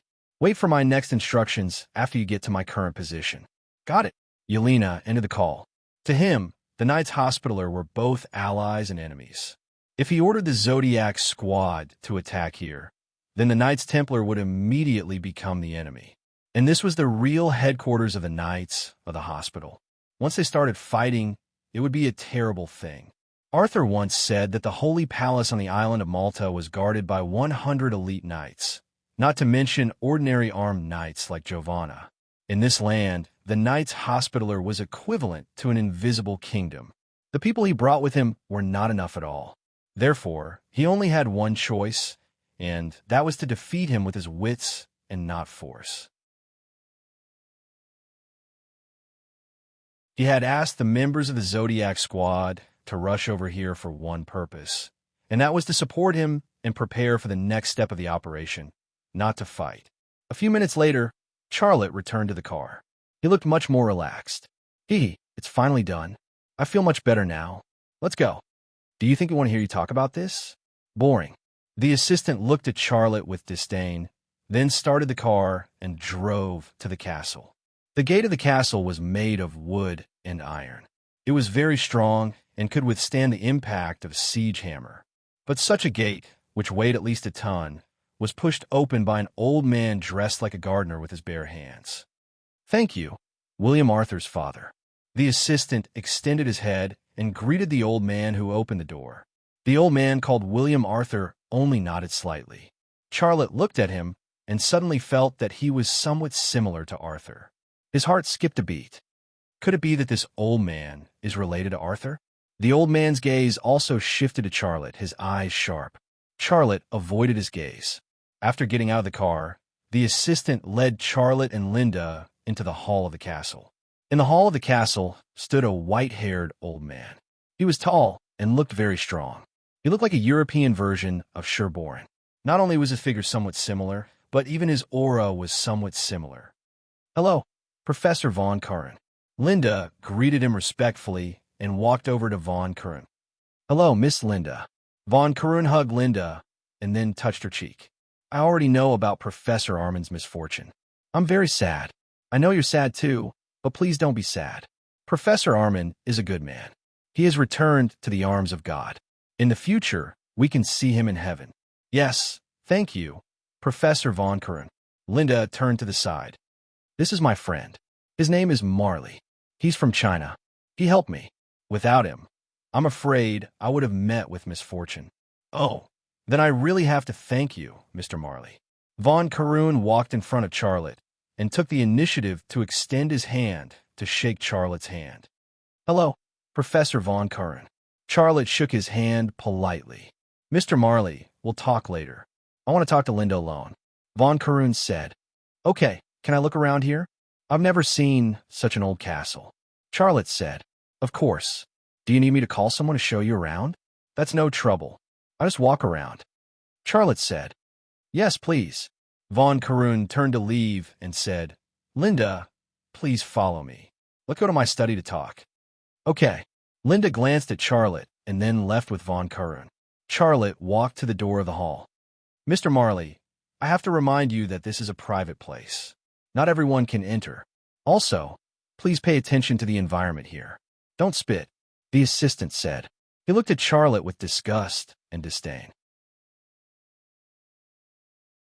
Racial discrimination seemed to be like this, with his eyes and the words he said. If they were outside, Charlotte really couldn't help but give him a kick. But he endured it. He smiled and said, No problem. I'll be careful. Walking out of the hall, Charlotte looked around and then walked to a clock tower. It was the tallest building in the castle. There was a bronze bell hanging on it. It looked very old. He walked to the clock tower. The assistant followed Charlotte from afar, his face gloomy. When he reached the entrance of the clock tower, Charlotte stopped and looked back at the assistant. I don't need a guide. Why are you following me? The assistant said coldly. I'm worried that you'll dirty the environment here. If you do anything inappropriate, I'll stop you. Fly. Charlotte scolded in Chinese. What did you say? The assistant's face became even gloomier. Xiaolei's left eye twitched slightly, and in an instant, he stripped off his assistant's clothes. He saw the octagonal cross tattoo on the assistant's chest. This guy was indeed a member of the Knights Hospitaller. He didn't have a gun on him, but he had an Italian military knife. It's nothing. Follow me if you want. Charlotte entered the clock tower. The assistant didn't follow Charlotte up the clock tower. He stood below and waited. Xiaolei climbed to the top of the clock tower and took in the entire castle. After observing the overall appearance of the castle, He moved his gaze to the direction where he came from. In his field of vision, the valley was quiet. The dense vegetation blocked his vision, and he couldn't see the specific location of his people. But according to the time Yelena said, the Zodiac squad must be near this castle. He couldn't see them, but they could lock his position according to the satellite positioning. Withdrawing his gaze, Charlotte moved his gaze to the main body of the castle. His left eye twitched slightly, and he awakened his X-ray vision to investigate the interior of the castle. He avoided the thick stone walls and only saw the roof, the windows, and doors. Naturally, he could see the inside of the top floor of the castle the clearest because he only needed to see through the roof to see what was going on below. 2 minutes later, he found Von Karun's study and saw Von Karun and Linda talking inside. But just as he was about to use the lip-reading spell to decipher their conversation, a woman entered the study from a door. He was stunned when he saw her face clearly. The woman who had just entered his sight was none other than one of his 4 female knights with 0 loyalty, Stella. Stella was wearing a medieval maid's outfit, and she was holding a silver tray with 2 cups of coffee on it. Charlotte's heart skipped a beat, and he thought to himself, are the 4 of them being ordered around like maids? This kind of punishment is really cruel for proud women like them. Stella put down the coffee and turned to leave. She walked with a slight limp. Charlotte's left eye locked on Stella and increased the intensity of his X-ray vision. In the blink of an eye, her classical clothes disappeared from his sight. This X-ray vision gave him a shock. Her body was covered in whip marks. The wounds looked very fresh, and there were signs of blood seeping out. There was a wound on her left knee that hadn't healed. The wound was stuck to the fabric, and there were signs of inflammation. It was obviously the reason why she was limping. Charlotte felt some sympathy, but he was more happy. Well done. That way, you'll understand who's good to you. In Siberia, I spent $3 million to save you. If it were the Knights Hospitaller, I'm afraid they wouldn't even pay $30,000 for you, right? Stella walked out of the study. She carefully closed the door and limped to the end of the corridor. Charlotte's gaze moved to the end of the corridor, and he saw a staircase going down. A woman was kneeling on the wooden staircase, scrubbing the stairs. This woman was actually Giovanna. Giovanna was also wearing a medieval-style maid costume. Her butt was up, and she was wiping with a wet rag. There were obvious bruises on her face, and one of her eyes was black and blue. Charlotte also saw through her body. Her condition was the same as Stella's. Her body was covered in whip marks, and there were signs of inflammation and blood seeping out of the wounds. He couldn't help but frown. That's really cruel. They beat her so hard, but they didn't treat her. If such injuries are not treated, they might become infected and fester at any time. It might even kill her. However, the more the Knights Hospitaller torture you, the better you'll understand how good your new master is. Stella and Giovanna brushed past each other. They only made eye contact and didn't speak. The 2 proud female knights seemed to have been tortured to the point of losing their original sharpness. Charlotte withdrew his gaze and returned to the study. He continued to lock onto Professor Fong, Callan, and Linda, and then he used the lip-reading spell to read their conversation.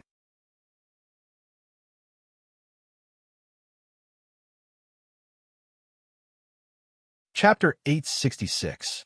Linda, do you believe that Marley? Von Karen looked at Linda with a sharp gaze. I believe him. He's a good man. Don't worry. He won't cause any trouble. I promised him that I would take him to see the tourist attractions on the island of Malta. But before that, I want to understand something. That's why I'm here, Linda said. What do you want to understand? Professor Von Karen, you can convince the Pope to give the Book of Iron to Professor Armin. You must know some secrets about the Book of Iron. Can you tell me? You came here for this. Yes, I want to find the Book of Iron.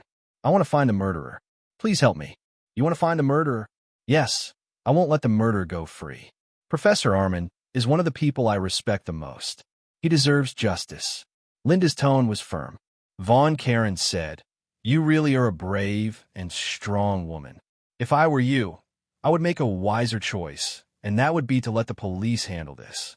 You're a woman and a Chinese man. What can you do? Are you going to use your fists to deal with those gunmen? I will ask the Holy See for help, but I need some information. Professor Von Karen, please help me. There was a pleading look in Linda's eyes. Von Karen was silent for a while before he said, Okay, I can tell you. The Book of Iron existed in an era beyond our human history. From a religious point of view, it's something of God. From a scientific point of view, it might be something of prehistoric civilization. As for which possibility it was, different people would have different opinions. My opinion is somewhere in between. I agree with Professor Armin on this point. It appeared in ancient Rome, but who was the first to discover it? And where it was discovered, these are all unverifiable. Professor Von Karen, is this what you used to convince the Pope? Linda was not satisfied with Von Kalen's answer. She knew what Von Kalen had said. Would the Vatican give the Book of Iron to Professor Armin just because of what he said? Obviously not. Von Kalen frowned. Didn't I make myself clear? From a religious point of view, it's something of God. In other words, it could prove the existence of God in this world. The current world lacked faith. If the Vatican could prove that God truly existed in this world, then they would be able to awaken the faith of the people and bring the world back to the right track. Can't this reason convince the Pope? His explanation was a very convincing reason. Professor Von Kalen, how do you know about it? It has always been in a secret storage room in the Vatican Museum. Almost no one can see it without the Pope's permission, Linda said. In a historical document. Can I have a look? Of course, but it's in the school library. I won't be back to school until tomorrow. You and your friend can stay here, and I'll bring it to you tomorrow, said Von Cullen. All right, thank you. I have one last question. Professor Von Kalen, who do you think stole the Book of Iron? Linda said. Von Karen shrugged. I'm not a detective. I'm just a scholar of history. Seriously, Linda, you should leave this to the police. I'll think about it. Thank you, Linda said. Von Karen stood up. I'll get someone to arrange a room for you and your friend. On the clock tower, Charlotte retracted his gaze. He thought to himself, this Von Karen is obviously not telling the truth. He can only lie to a woman like Linda. Historical document? I don't believe it. When he went down the clock tower, the annoying teaching assistant was still waiting for him. Don't you have anything else to say? Charlotte said. If I were the owner of this place, I would make you leave. I wouldn't even let you stay for a minute. The teaching assistant's eyes were full of disgust and contempt. Charlotte laughed. I say, is this the legendary racial discrimination? Or is it because of what happened before? The teaching assistant sneered. You want to know the reason? I don't mind telling you. I look down on you Chinese, and I look down on Chinese like you even more. Do you understand? Are you crazy? Xiao Lei tried to control the anger in his heart. You dare scold me? The teaching assistant stepped forward and suddenly reached out to push Charlotte. The moment he made his move, Charlotte had two choices. One was to grab his hand and give him a hard slap. The other was to continue tolerating and not fight back. He even had to pretend to be weak. The teaching assistant's hand pushed Charlotte's chest. Charlotte staggered back 2 steps and almost fell to the ground. This was his choice. It wasn't difficult for him to beat this annoying guy, but he couldn't do it. Coward, do it. The teaching assistant closed in on Charlotte. His eyes were fierce and aggressive. What are you doing? Linda's voice came. The teaching assistant stopped and said coldly, You better behave yourself, or you'll regret it. Charlotte avoided his gaze, showing weakness again. At this time, he gave people the impression that he was a timid and cowardly person. Linda ran over and said angrily, What's going on? What happened? Nothing, Miss Linda. I just wanted to have a chat with your friend. After saying that, the teaching assistant turned and left. Linda walked in front of Charlotte and helped him tidy up his messy coat. She asked with concern, Are you okay? Charlotte smiled. I'm fine. He's just a racist. I won't argue with him. By the way, how did your talk with Professor Von Callan go? Linda said, We already talked, but we didn't get anything out of it. He promised to give me some information, but we have to stay here for the night. Can you stay here with me for the night? No problem. Then I'll take you to your room. Professor Von Callan has already prepared a room for us. Linda took Charlotte's hand and walked to the hall of the castle. By the way, do you know where the sacred mountain is? Charlotte asked. Sacred Mountain? Linda thought for a moment. I've never heard of Sacred Mountain. Where is this Sacred Mountain? The Sacred Mountain on the island of Malta. You've never heard of it? Linda shook her head. Sorry, I've never heard of a sacred mountain on the island of Malta. Really, I'm familiar with every place in Malta, but I've never heard of a sacred mountain. Charlotte frowned. The Holy Palace in the Sacred Mountain. That was the place he wanted to go for the protective suit. This was also the information he got from Arthur, and Arthur couldn't have lied to him at that time. But Linda said there was no sacred mountain at all. What was going on? Did you remember wrongly? Linda asked. Charlotte pretended to slap his forehead and said awkwardly, I did remember wrongly. That's Mount Everest in our western province. It's called the Sacred Mountain. Forget it. Let's not talk about this. Let's go see the room. Is it one room or two rooms? One room? What's the point? Linda rolled her eyes at Charlotte. Charlotte was speechless. After entering the hall, Linda took Charlotte up a staircase and then came to the second floor. The castle had 3 floors. Charlotte had not used his X-ray vision on this floor when he was on the clock tower. Entering the corridor on the second floor, Charlotte activated the X-ray vision ability of his left eye. As he walked, he used his X-ray vision to see the situation in each room. But to his surprise, all he saw were ordinary and normal rooms. There were no hidden spaces, and no secrets of the Knights Hospitaller were hidden. He didn't even see the octagonal cross emblem of the Knights Hospitaller. Charlotte thought to himself, what's going on? All signs point to this place being the real headquarters of the Knights Hospitaller. But so far, I haven't seen any more knights, nor have I seen any important figures of the Knights Hospitaller.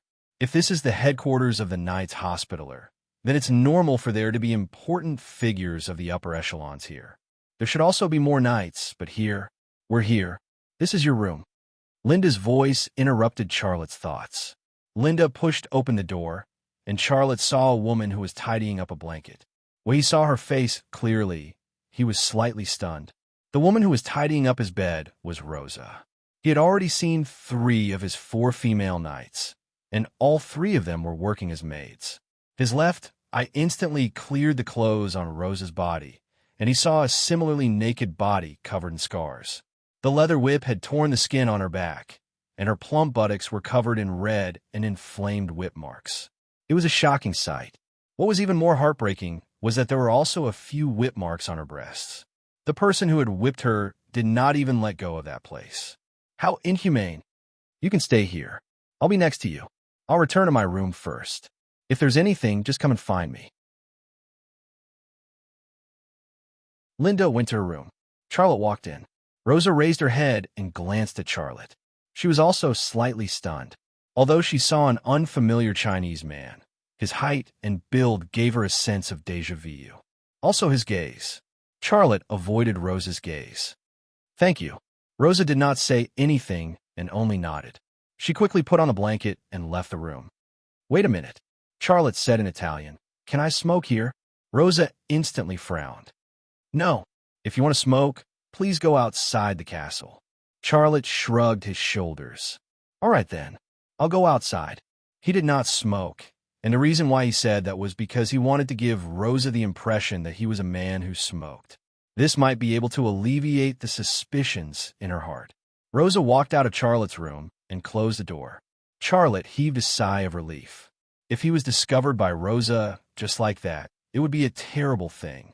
After Rosa left, he once again activated his left eye's X-ray vision and peeped into the space below. Downstairs was an ordinary room, and it looked very simple. A naked woman was kneeling on the floor, rubbing some kind of green juice on her buttocks with the back of her hand. She was Teresa. The 4 female knights had appeared, and each was in a worse state than the other. Charlotte could not help but smile. He moved a chair over and sat down to admire Teresa's self-healing. The snow-white ball, the green herbal juice, the tender and soft white parts, the pure and thick green parts, the shocking scars, and the mature and mysterious. These were all factors that stimulated a man's primal desire. This time, Charlotte did not try to control anything. In front of the tragic scene, he muttered to himself, Now you should know who is good to you, right? This is not enough. I still need to make you suffer a little more before you will understand. In the room downstairs, the herbal juice flowed from a higher place to a lower place. It seemed to have stimulated something. Stella moaned and reached out to wipe it, but she did not dare to. Her appearance was delicate and pitiful, tender and charming. Charlotte could not bear to look at it and sighed. However, he still looked on.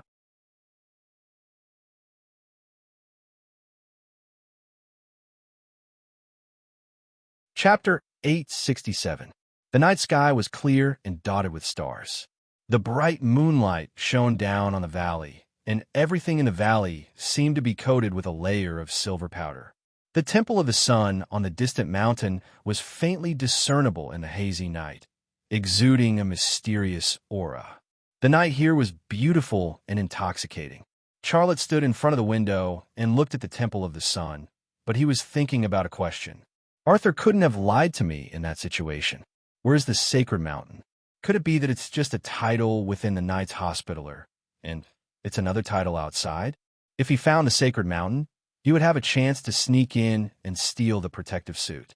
But finding the sacred mountain was a prerequisite, and the current situation was that even an archaeologist like Linda, who was familiar with Malta, didn't know about the sacred mountain in Malta. How could he find it? Right? The women from the Gray family and the Russo family must know where the sacred mountain is. I have to find a way to get information about the sacred mountain from their mouths. They will be bullied after returning to the Knights Hospitaller. This is my chance. With this thought in mind, Charlotte left the balcony and returned to his room. He lowered his head to look at the wooden floor under his feet. A second later, he saw Teresa in the room under his feet. Because of the injury on her back, she couldn't lie down and sleep normally, so she could only lie on the bed.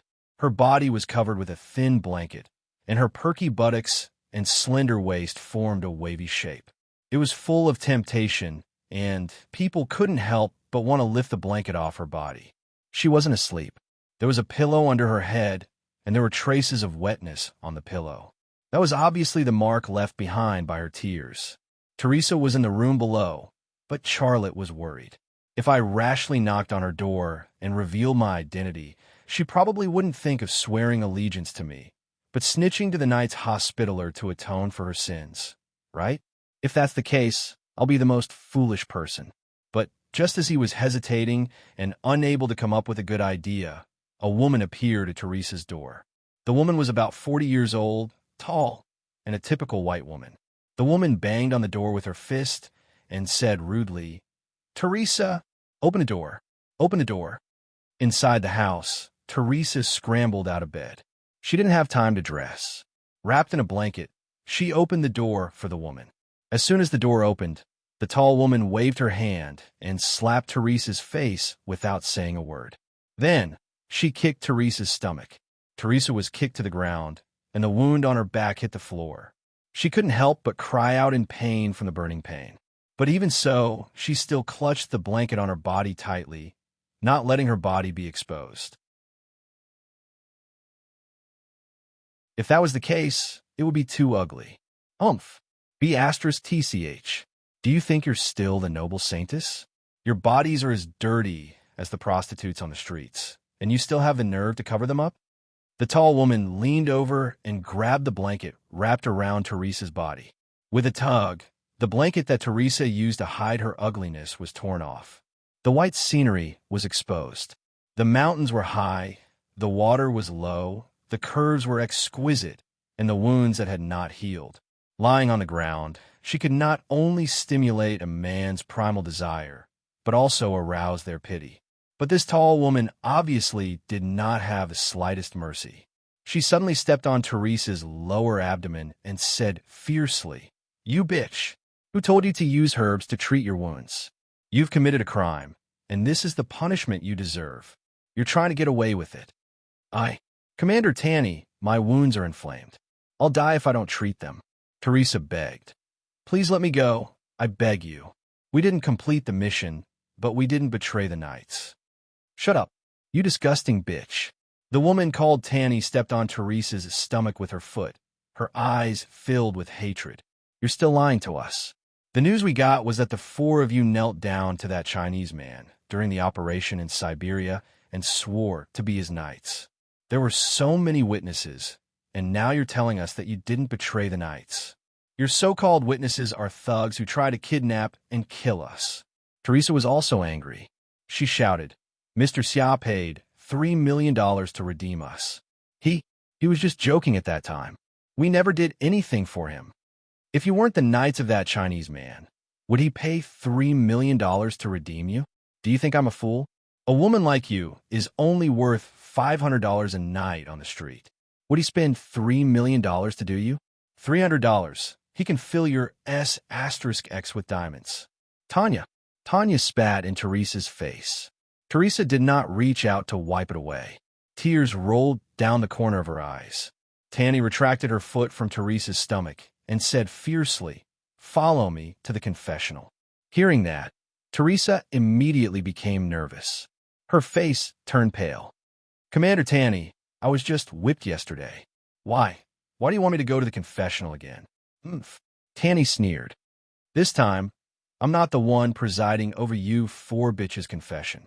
William Arthur's father instructed Blake to do it." William's father? Blake? Teresa's eyes were filled with fear. Her voice was trembling. "Why?" Tanny said mockingly. "Why? So many people went to Siberia to carry out the mission, but only the few of you came back. Arthur's life is still unknown. We can't even find his body. What's wrong with Arthur's father organizing you to repent and atone for your sins? No, it's not fair to us." Teresa lost control of her emotions. She seemed to realize what the outcome of this trip would be. "That's not up to you. Rosa, Giovanna, and Stella have already gone to the confessional. I'll give you 1 minute to put on your clothes. Otherwise, you'll go naked," Tanny said coldly. "You shouldn't do this to us. You shouldn't." Teresa was devastated, but she did not forget what she had to do. She got up from the ground and went to the bed to put on her clothes. 1 minute was not enough, but Tanny was not willing to give her even one more second. When the time was up, Tanny grabbed Teresa's hair and violently dragged her out of her room. At this time, Teresa's upper body was still naked. Charlotte looked away. Although he wanted the women of the Gray and Russo families to suffer a little more so that he could truly accept them, he was filled with righteous indignation after what had just happened. Such torture did not treat them as one of their own, nor was it some punishment or atonement. They were simply trying to kill them. What had just happened made him understand the reason. If Arthur had not died, they might not have suffered like this. Arthur died, but they came back alive. Would Arthur's father, William Arthur, let them go? That old man is actually a high-ranking member of the Hospital Knights. I really did not expect that, Charlotte thought. A minute later, he walked out of the door as well. He had an extra scarf on his head. It was the kind of scarf that only Arab women wore on the streets of Valletta. It covered his head from head to neck. Not even his eyes were exposed. He was also wearing a long black robe that only Arab women wore. It covered his body completely. This Arab woman's outfit had cost him 50 euros.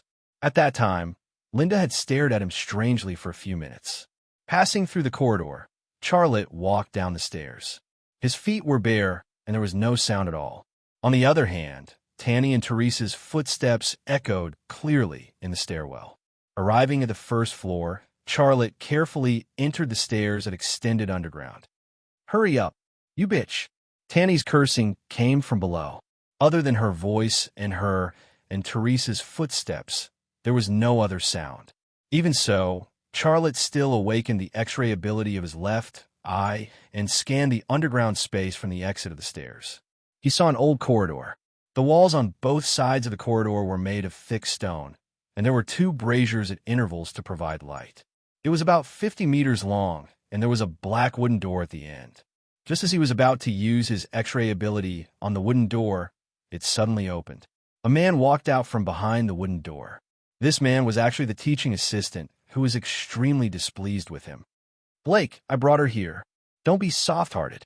Tanny pushed Teresa towards the teaching assistant. Charlotte's lips curled into a cold smile.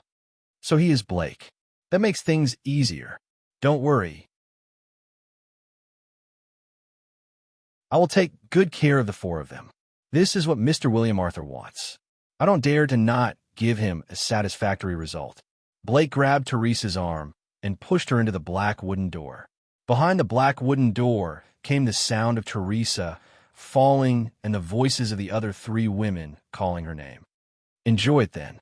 Tanny smirked at Blake and turned towards the direction of the stairs. Blake stepped through the black wooden door and closed it behind him. Tanny mumbled to herself as she walked. Those Gray and Russo bitches.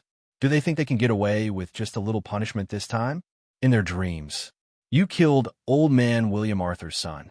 Do you think you can live after that? How stupid. If it were me, I definitely wouldn't have come back. Serves you right. You used to call yourselves saintesses, thinking highly of yourselves and looking down on everyone. Now you are worse than bitches.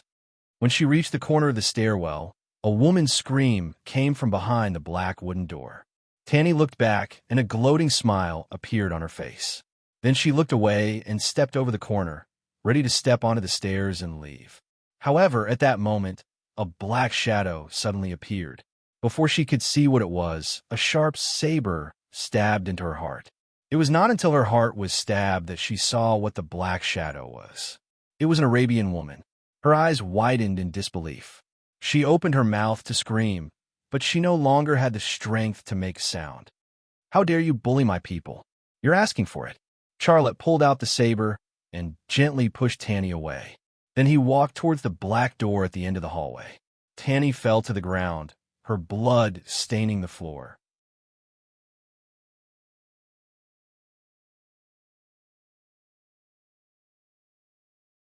Chapter 868.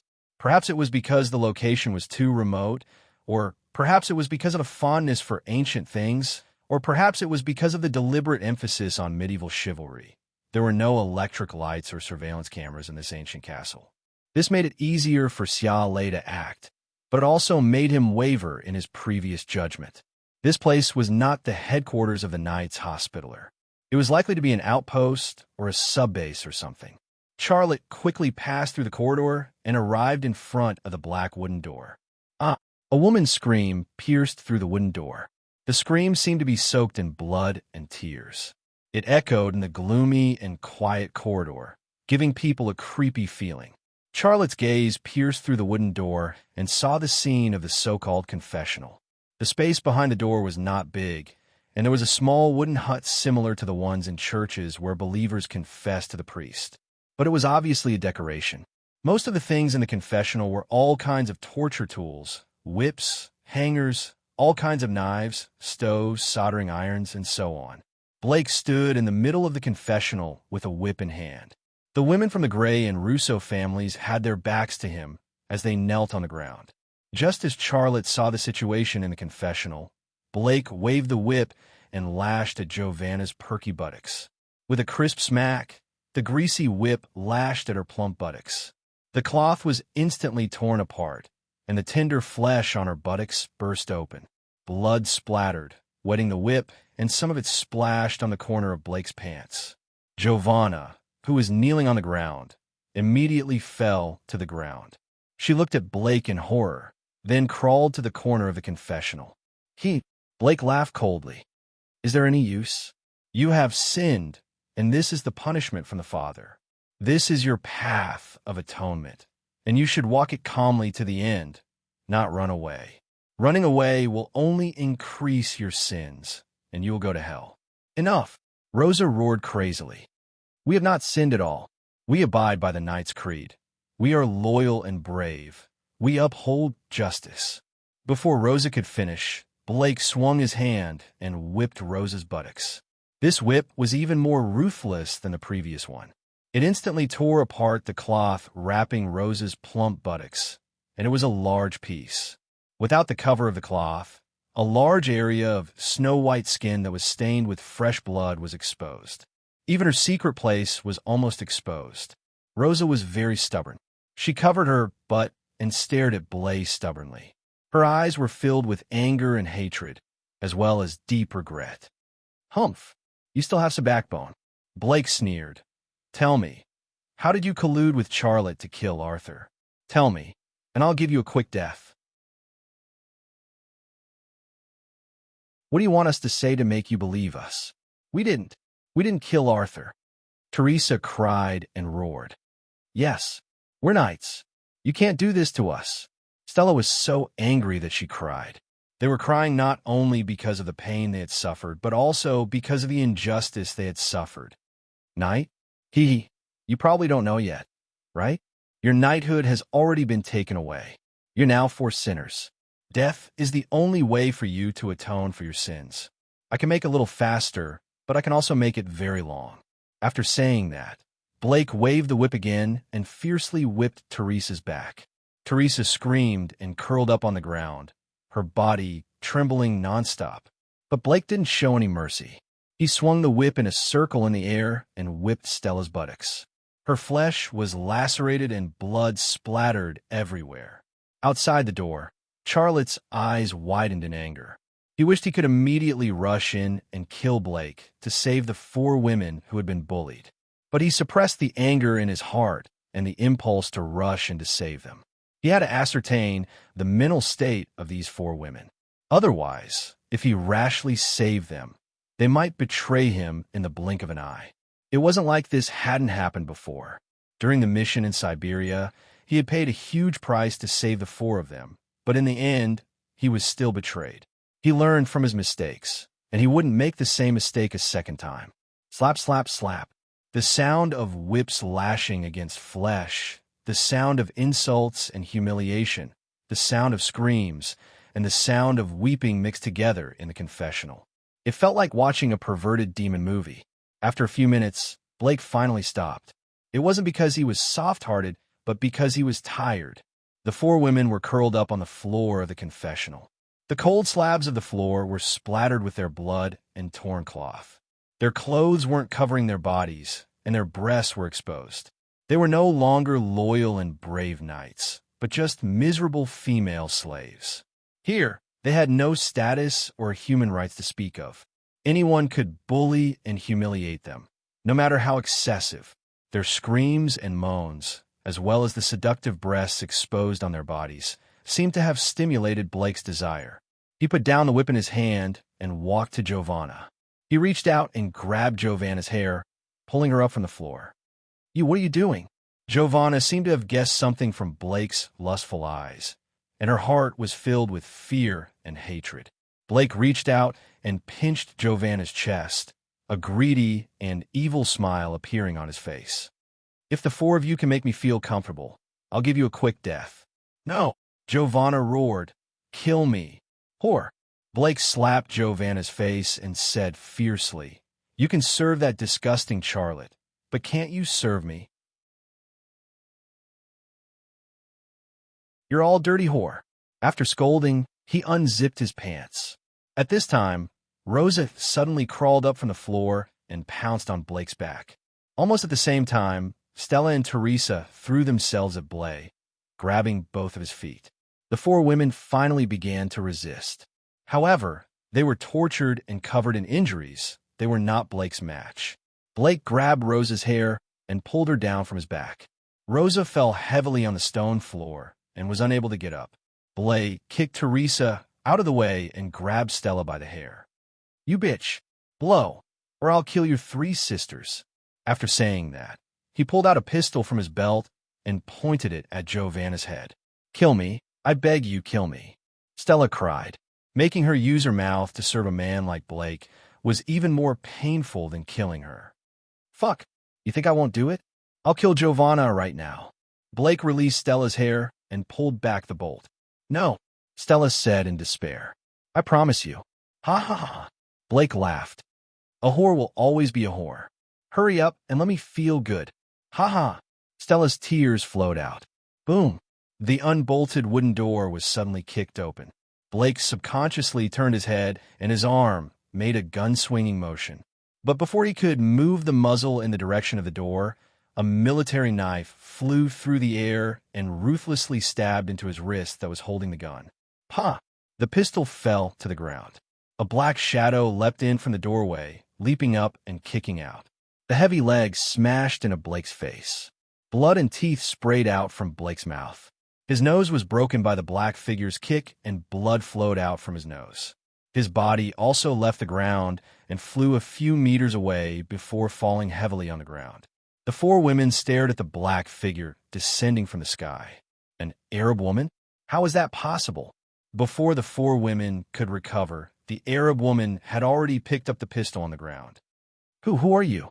Blake climbed up from the ground and looked at the Arab woman in front of him in horror. Saladin asked me to bring you a message, the Arab woman said. A new holy war has begun. The Crusaders will pay for the blood debt they owed in the past. You are a man. Who are you? Blake slowly moved toward the door, talking to distract the Arab woman. Do you know what this place is? This is the Knights Hospitaller's place. If you kill me, you won't live either. Put down the gun, and I will let you leave. The Arab woman took off the black hood on her head, revealing a Chinese face. It's you. Blake was stunned. He never dreamed that it was Marley. Charlotte looked back at the four women and said calmly, You idiots. Why are you still standing there? Close the door. Giovanna was stunned for a moment and suddenly said, It's you. It's you. Rosa's voice said, When I was helping you with the quilt during the day, I felt that it was strange. Why did I feel that you looked familiar? I didn't expect it to really be you. Stella got up from the ground and closed the wooden door. What are you talking about? Who is he? Blake seemed to have realized something, but he was not sure. Charlotte smiled and rubbed his face a few times. Then he took off his entire face. Under the exquisite human skin mask was a handsome face. It was Charlotte's face. Blake had never seen Charlotte before, but he had seen many photos of Charlotte. Charlotte revealed his original appearance. He suddenly roared and pounced at Charlotte. In a short moment, he pounced at Charlotte. He endured the pain and pulled out the military knife that had pierced through his wrist. Then he stabbed the knife at Charlotte's chest. Charlotte shook his head and dodged to the side. Then he grabbed Blake's wrist and twisted it in the opposite direction of the joint. Ah! Blake screamed. He felt that his elbow joint was torn. Charlotte chopped at Blake's throat with his palm. Then he grabbed his collar and threw him to the ground. Bang! Blake's body hit the stone floor with a heavy thud. This fall almost caused him to lose his breath. His screams came to an abrupt stop. All that was left was the sound of him desperately sucking in air. Charlotte had severely injured his throat. Even if he wanted to call for help, he did not have the ability to do so. Charlotte walked in front of Blake. He suddenly raised his foot and ruthlessly stomped on the vital spot between Blake's legs. Blake screamed, but his voice was hoarse. They're my women, my knights. You actually dare to treat them like this. Damn it, you're courting death. Xiao Lei cursed hatefully. These words were actually meant for the four women behind him here. Mr. Xia, Giovanna crawled up from the ground. Why are you here? Isn't it because of the four of you? Charlotte glared at her. I received information that the four of you have been stripped of your knight titles and reduced to female slaves. Arthur's father wants to kill you to avenge Arthur. Tell me, can I just watch all of you die before my eyes? As soon as these words came out, even he felt that his image was incomparably glorious.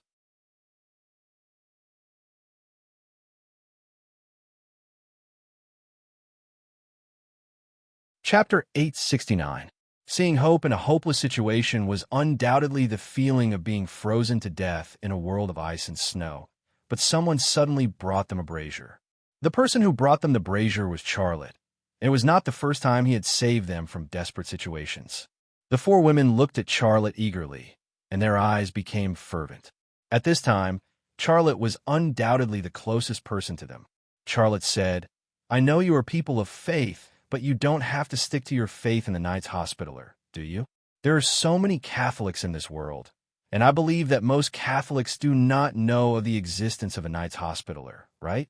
He pointed to Blake on the ground. You should not be insulted and killed by such scum. What have you gotten for your loyalty? Do you still have to pay your loyalty? Come with me, be my knight, continue your career as a knight in another way, and stick to your faith. Giovanna tentatively asked. Are we still your knights? Charlotte nodded. Why not? I have never given up on you. Otherwise, why would I take such a big risk to save you? The four women glanced at each other and made eye contact. After that, they walked in front of Charlotte, knelt down on one knee, and lowered their heads. Charlotte seemed to have thought of something. He picked up the saber that had fallen on the ground, and then patted the 4 women on their heads and shoulders one by one. He said, "In front of a strong enemy, be fearless, courageous, loyal, and worthy of God." Gung Zheng bluntly said that he would rather die than yield. Protect the weak, there is no justice. This is your oath. Remember it well. Knighthood. The 4 women said in unison, "I vow to be kind to the weak. I vow to fight bravely against rape. I vow to fight against all wrongs. I vow to fight for the defenseless. I vow to help anyone who asks me for help. I vow not to hurt any woman. I vow to help my brother knights. I vow to treat my friends with sincerity.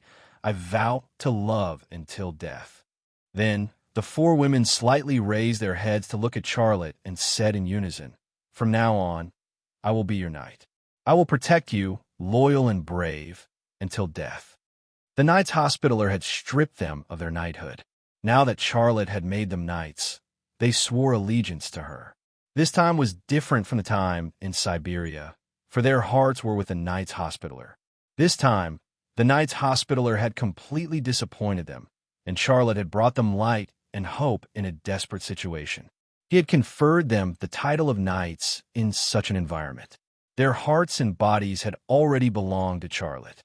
In fact, Charlotte did not have the right to make anyone a knight, but in the eyes of the women of the Grey and Rousseau families, he was the king and lord in their hearts. He had this right, so they knelt in front of him and let him carry out this ceremony. This ritual could help them regain their faith and dignity, as well as the faith of knights. "You don't have the right to be conferred the title of a knight," Blake said in a hoarse voice. "No one will recognize you, and you won't be able to leave this place. You will all die here. I don't know if we will die, but I know that you will die very soon." Charlotte walked towards Blake with a saber in hand. Only now did Blake realize that his mouth was really stinky, and this time his stinky mouth had brought him disaster. "Master, leave him to us," said Giovanna. She and the other 3 women climbed up from the ground. Xiaolei stopped in his tracks and looked at them. Their bodies were full of scars, and their clothes did not cover their bodies. Half of Giovanna's chest was exposed, stained with blood, like a white magnolia that had been ravaged by the wind and rain. More than half of Rosa's, but was exposed. It was full of scars, but it still maintained its plump and round curves, which had a natural allure. Stella's lower abdomen was not covered by any cloth, and her cute navel gave people a candy-like feeling. These were his knights, and he did not know where to look. Giovanna picked up the whip from the ground. Stella took a deboning knife from the wooden rack. Teresa picked up the red-hot iron from the brazier, and Rosa took an axe from the other rack. Charlotte stepped aside. The 4 women walked towards Blake. Their eyes were terrifyingly cold. You don't want to live anymore?" Blake crawled towards the corner of the wall in fear. Giovanna swung her whip at Blake's face, and the skin split open. Rosa's axe chopped at Blake's heel, and blood splattered everywhere. She had actually chopped off one of his feet. "Ah!" Blake screamed. Just as Blake screamed, Stella stabbed the deboning knife in her hand into Blake's lower abdomen, and Teresa stabbed the red-hot iron in her hand into the area between Blake's legs. Even Charlotte did not dare to watch the scene of the 4 women taking revenge. He shifted his gaze, but the skin on his back still felt numb. Don't provoke women. Why were there always fools who could not remember this? Blake did not last more than 2 minutes under the hands of the 4 women, and he died. 2 minutes ago, he was still in one piece, but 2 minutes later his head rolled to the side, and his 2 legs became 4. His body was pierced with 17 to 18 holes, and even his penis was burned into a roasted sausage. Moreover, it was the kind of sausage that was roasted into charcoal. Chopping someone to this extent was not enough to vent her anger. Rosa, who was holding an axe, spat on Blake's face and then kicked his head into the corner of the wall. In the process of the 4 women killing Blake, Charlotte put on his human skin mask again. He also put on the Arabian woman's headscarf, and then said to the 4 women, "Tell me, where is the sacred mountain?" "You want to go to the sacred mountain?" Giovanna said in surprise. "It's very dangerous there." Charlotte said, "I naturally have my ways. Tell me, where is it? Did you see the Sun Temple during the day?" Teresa's voice was heard. Charlotte's heart stirred.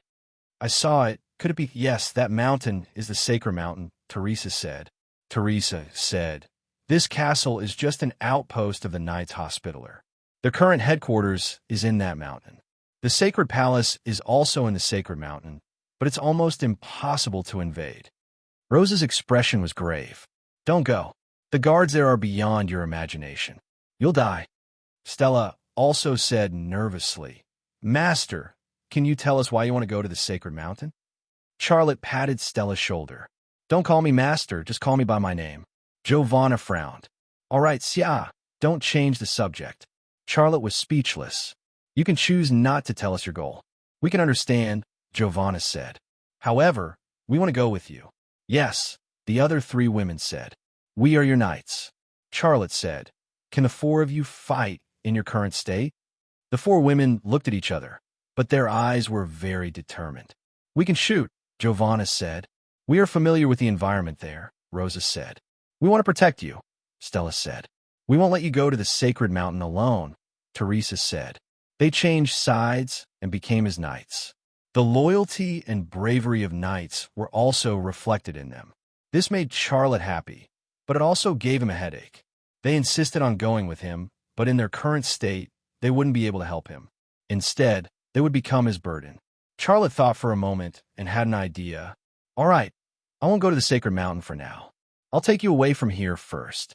When you've recovered, we'll make a decision. Giovanna smiled bitterly. This island is the territory of the Knights Hospitaller. The Knights Hospitaller are almost an invisible kingdom on this island. Where can we hide? Yes, unless we leave the island of Malta, we won't be able to escape the pursuit of the Knights Hospitaller, Teresa said. Charlotte smiled. Although this island is the territory of the Knights Hospitaller, I want to protect you. Even the Knights Hospitaller can't touch you. There's one place you definitely haven't thought of, and that's the Embassy of China. If you go there to recuperate, even if the Knights Hospitaller find out that you're there, they can't do anything to you. The embassy was equivalent to the territory of a country, and Malta was also a sovereign country. Although the Knights Hospitaller had an invisible and powerful force on the island of Malta, it was still impossible for them to compete with the army of a country. Therefore, the embassy was the most ideal place to take refuge. We're going to the embassy. What about you? Giovanna asked. Charlotte said, I'm going to stay here. Don't worry, I'll be fine, and I won't act rashly. Giovanna said, All right, be careful. The other three women no longer insisted on staying by Charlotte's side. Charlotte left the confessional with the four women and walked through the corridor to the staircase. The four women saw Tanny's corpse on the ground. Rosa, who had the most unyielding temper, even kicked Tanny's head. When they reached the ground, Charlotte was about to walk into the hall, but the four women dragged him into a room and overturned into the backyard. There was a stable in the backyard, and there were horses inside. Seeing the horses, Charlotte understood their plan. Just as the four women went to get the horses, Charlotte opened the back door for them in advance. The four women walked out of the back door of the castle with the horses. Giovanna said, Xia, how can we get into the Embassy of China? That's right, if you don't go, we won't be able to get in at all, Teresa said. Charlotte walked to Giovanna's side and suddenly reached out to grab a tear in her maid dress. He pulled hard and tore off a piece of cloth. You. Giovanna looked at Charlotte in surprise, not knowing what he was going to do. However, something even more embarrassing happened. Charlotte reached out and touched her bare buttocks. After dipping her buttocks in blood, he wrote a string of numbers on the rag. Call this number when you arrive in Valletta. Just say that you are my people. She will arrange everything for you. Charlotte stuffed the rag into Giovanna's hands. The number he wrote on the rag was Fonfon's number. Go, go. Be careful on the road, Charlotte urged. You be careful too. Giovanna mounted the horse and spurred away. The other three women also mounted their horses and quickly left under the cover of the night. Charlotte was not worried at all that they would be attacked by the Knights Hospitaller on the road, because this place had always been under the control of the Zodiac Squad.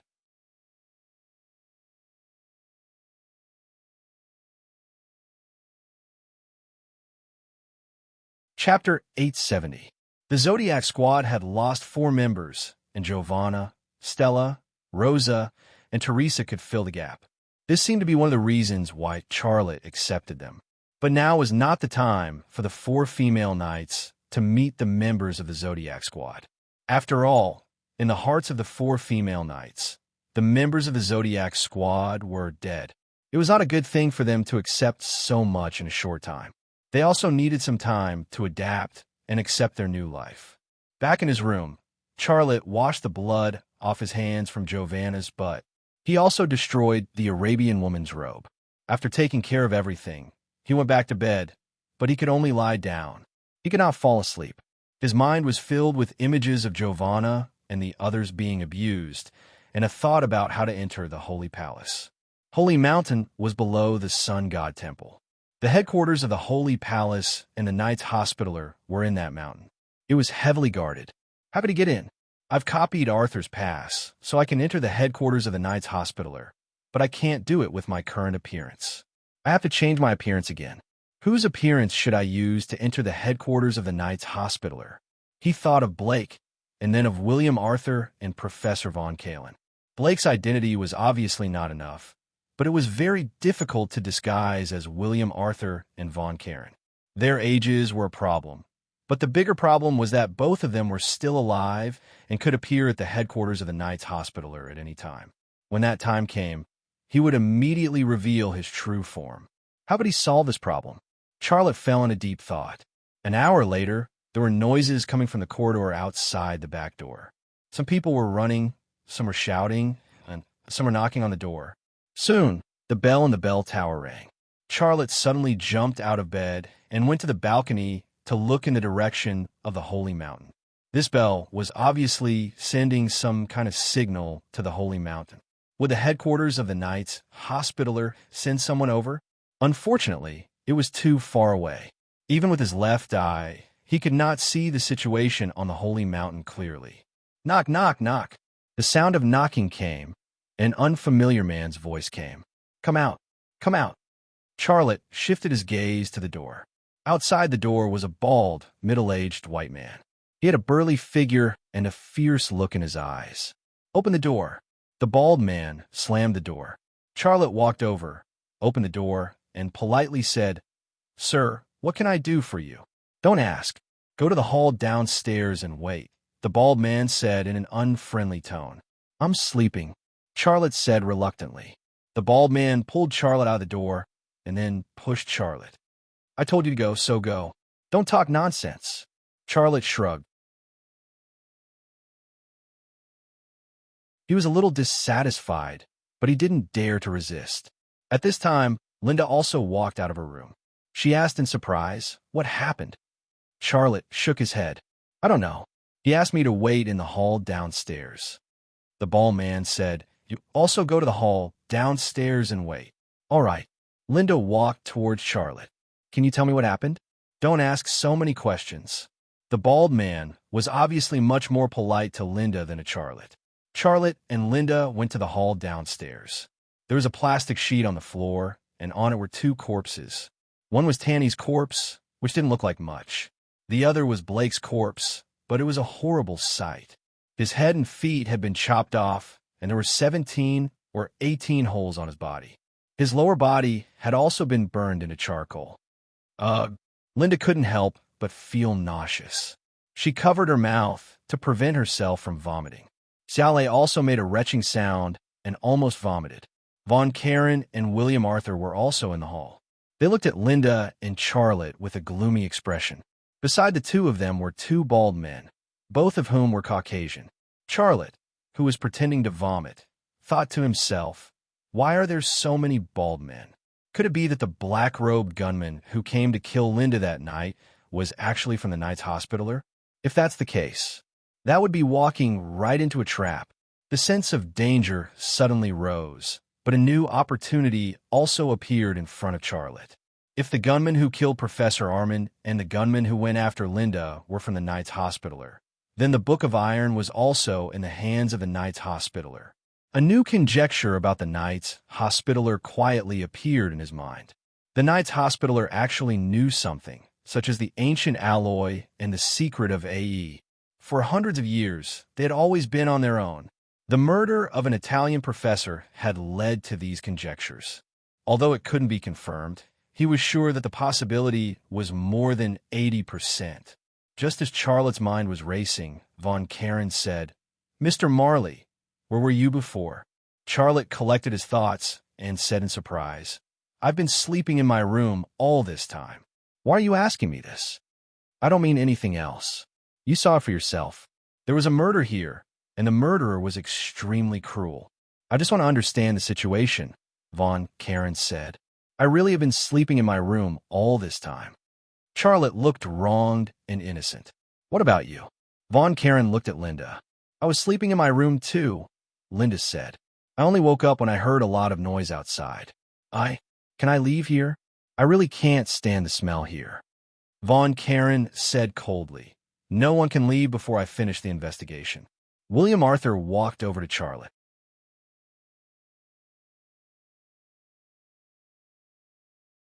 He stopped in front of Charlotte and suddenly sniffed the smell on Charlotte's body. Charlotte pretended to be confused. "What are you doing?" William Arthur suddenly reached out and grabbed Charlotte's arm. "Why is there such a strong smell of blood on you?" Charlotte's heart tightened. "Dear, there's a smell of blood everywhere." "Don't talk nonsense. I didn't do anything." William Arthur's hand exerted force. "Ouch!" Charlotte cried out in pain. "What are you doing? Let me go." William Arthur suddenly pushed forward, and Charlotte stumbled and fell to the ground. "What are you doing?" Linda hurriedly helped Charlotte up and said angrily, "If you suspect us of murder, then please show us the evidence. If you have the evidence, then hand us over to the Maltese police." "What are you doing?" Von Karen laughed coldly. "Miss Linda, you and Mr. Marley came here illegally, right?" Linda was stunned for a moment. What are you trying to say?" Von Karen said. "Miss Linda, no one knows you're in Malta, right?" "What do you mean?" Linda suddenly became nervous. "Isn't what I mean very obvious?" Von Karen revealed a ferocious expression. "No one knows you're in Malta, so naturally no one knows you're dead." Linda suddenly understood something. She said agitatedly, "It's you. You killed Professor Armin." "Professor Armin was my good friend. I didn't want to do that, but he had to die." Von Karen said, "I didn't go to get any information at all. I only went to the customs to check the immigration records. If you came through the customs and the Vatican knew you were looking for me, I really couldn't do anything to you. But I didn't expect you to come here illegally. Hee, that makes things much easier." You want to kill us?" Linda was shocked and angry. She said angrily, "Why?" "Because you know too much." Von Karen gave a look to the bald man beside him. The bald man then walked over and grabbed Linda's arm. William Arthur also pulled Charlotte up from the ground and handed Charlotte to the other two bald men. "You can't do this," Linda cried. "We're innocent." Von Karen was indifferent.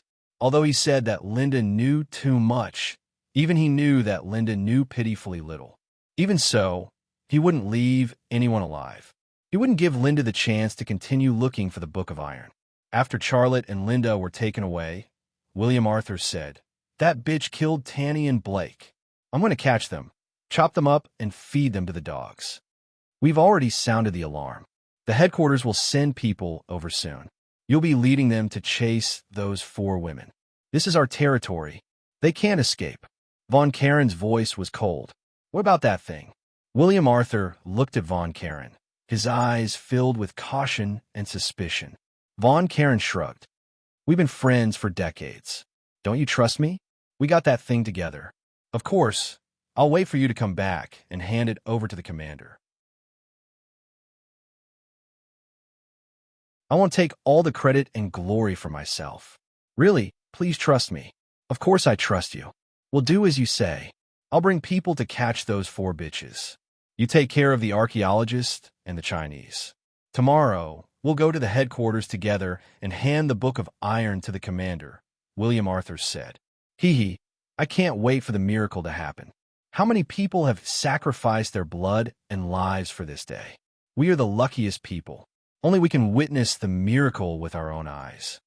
A smile appeared on Von Karen's face. His brain seemed to be picturing the so-called miracle.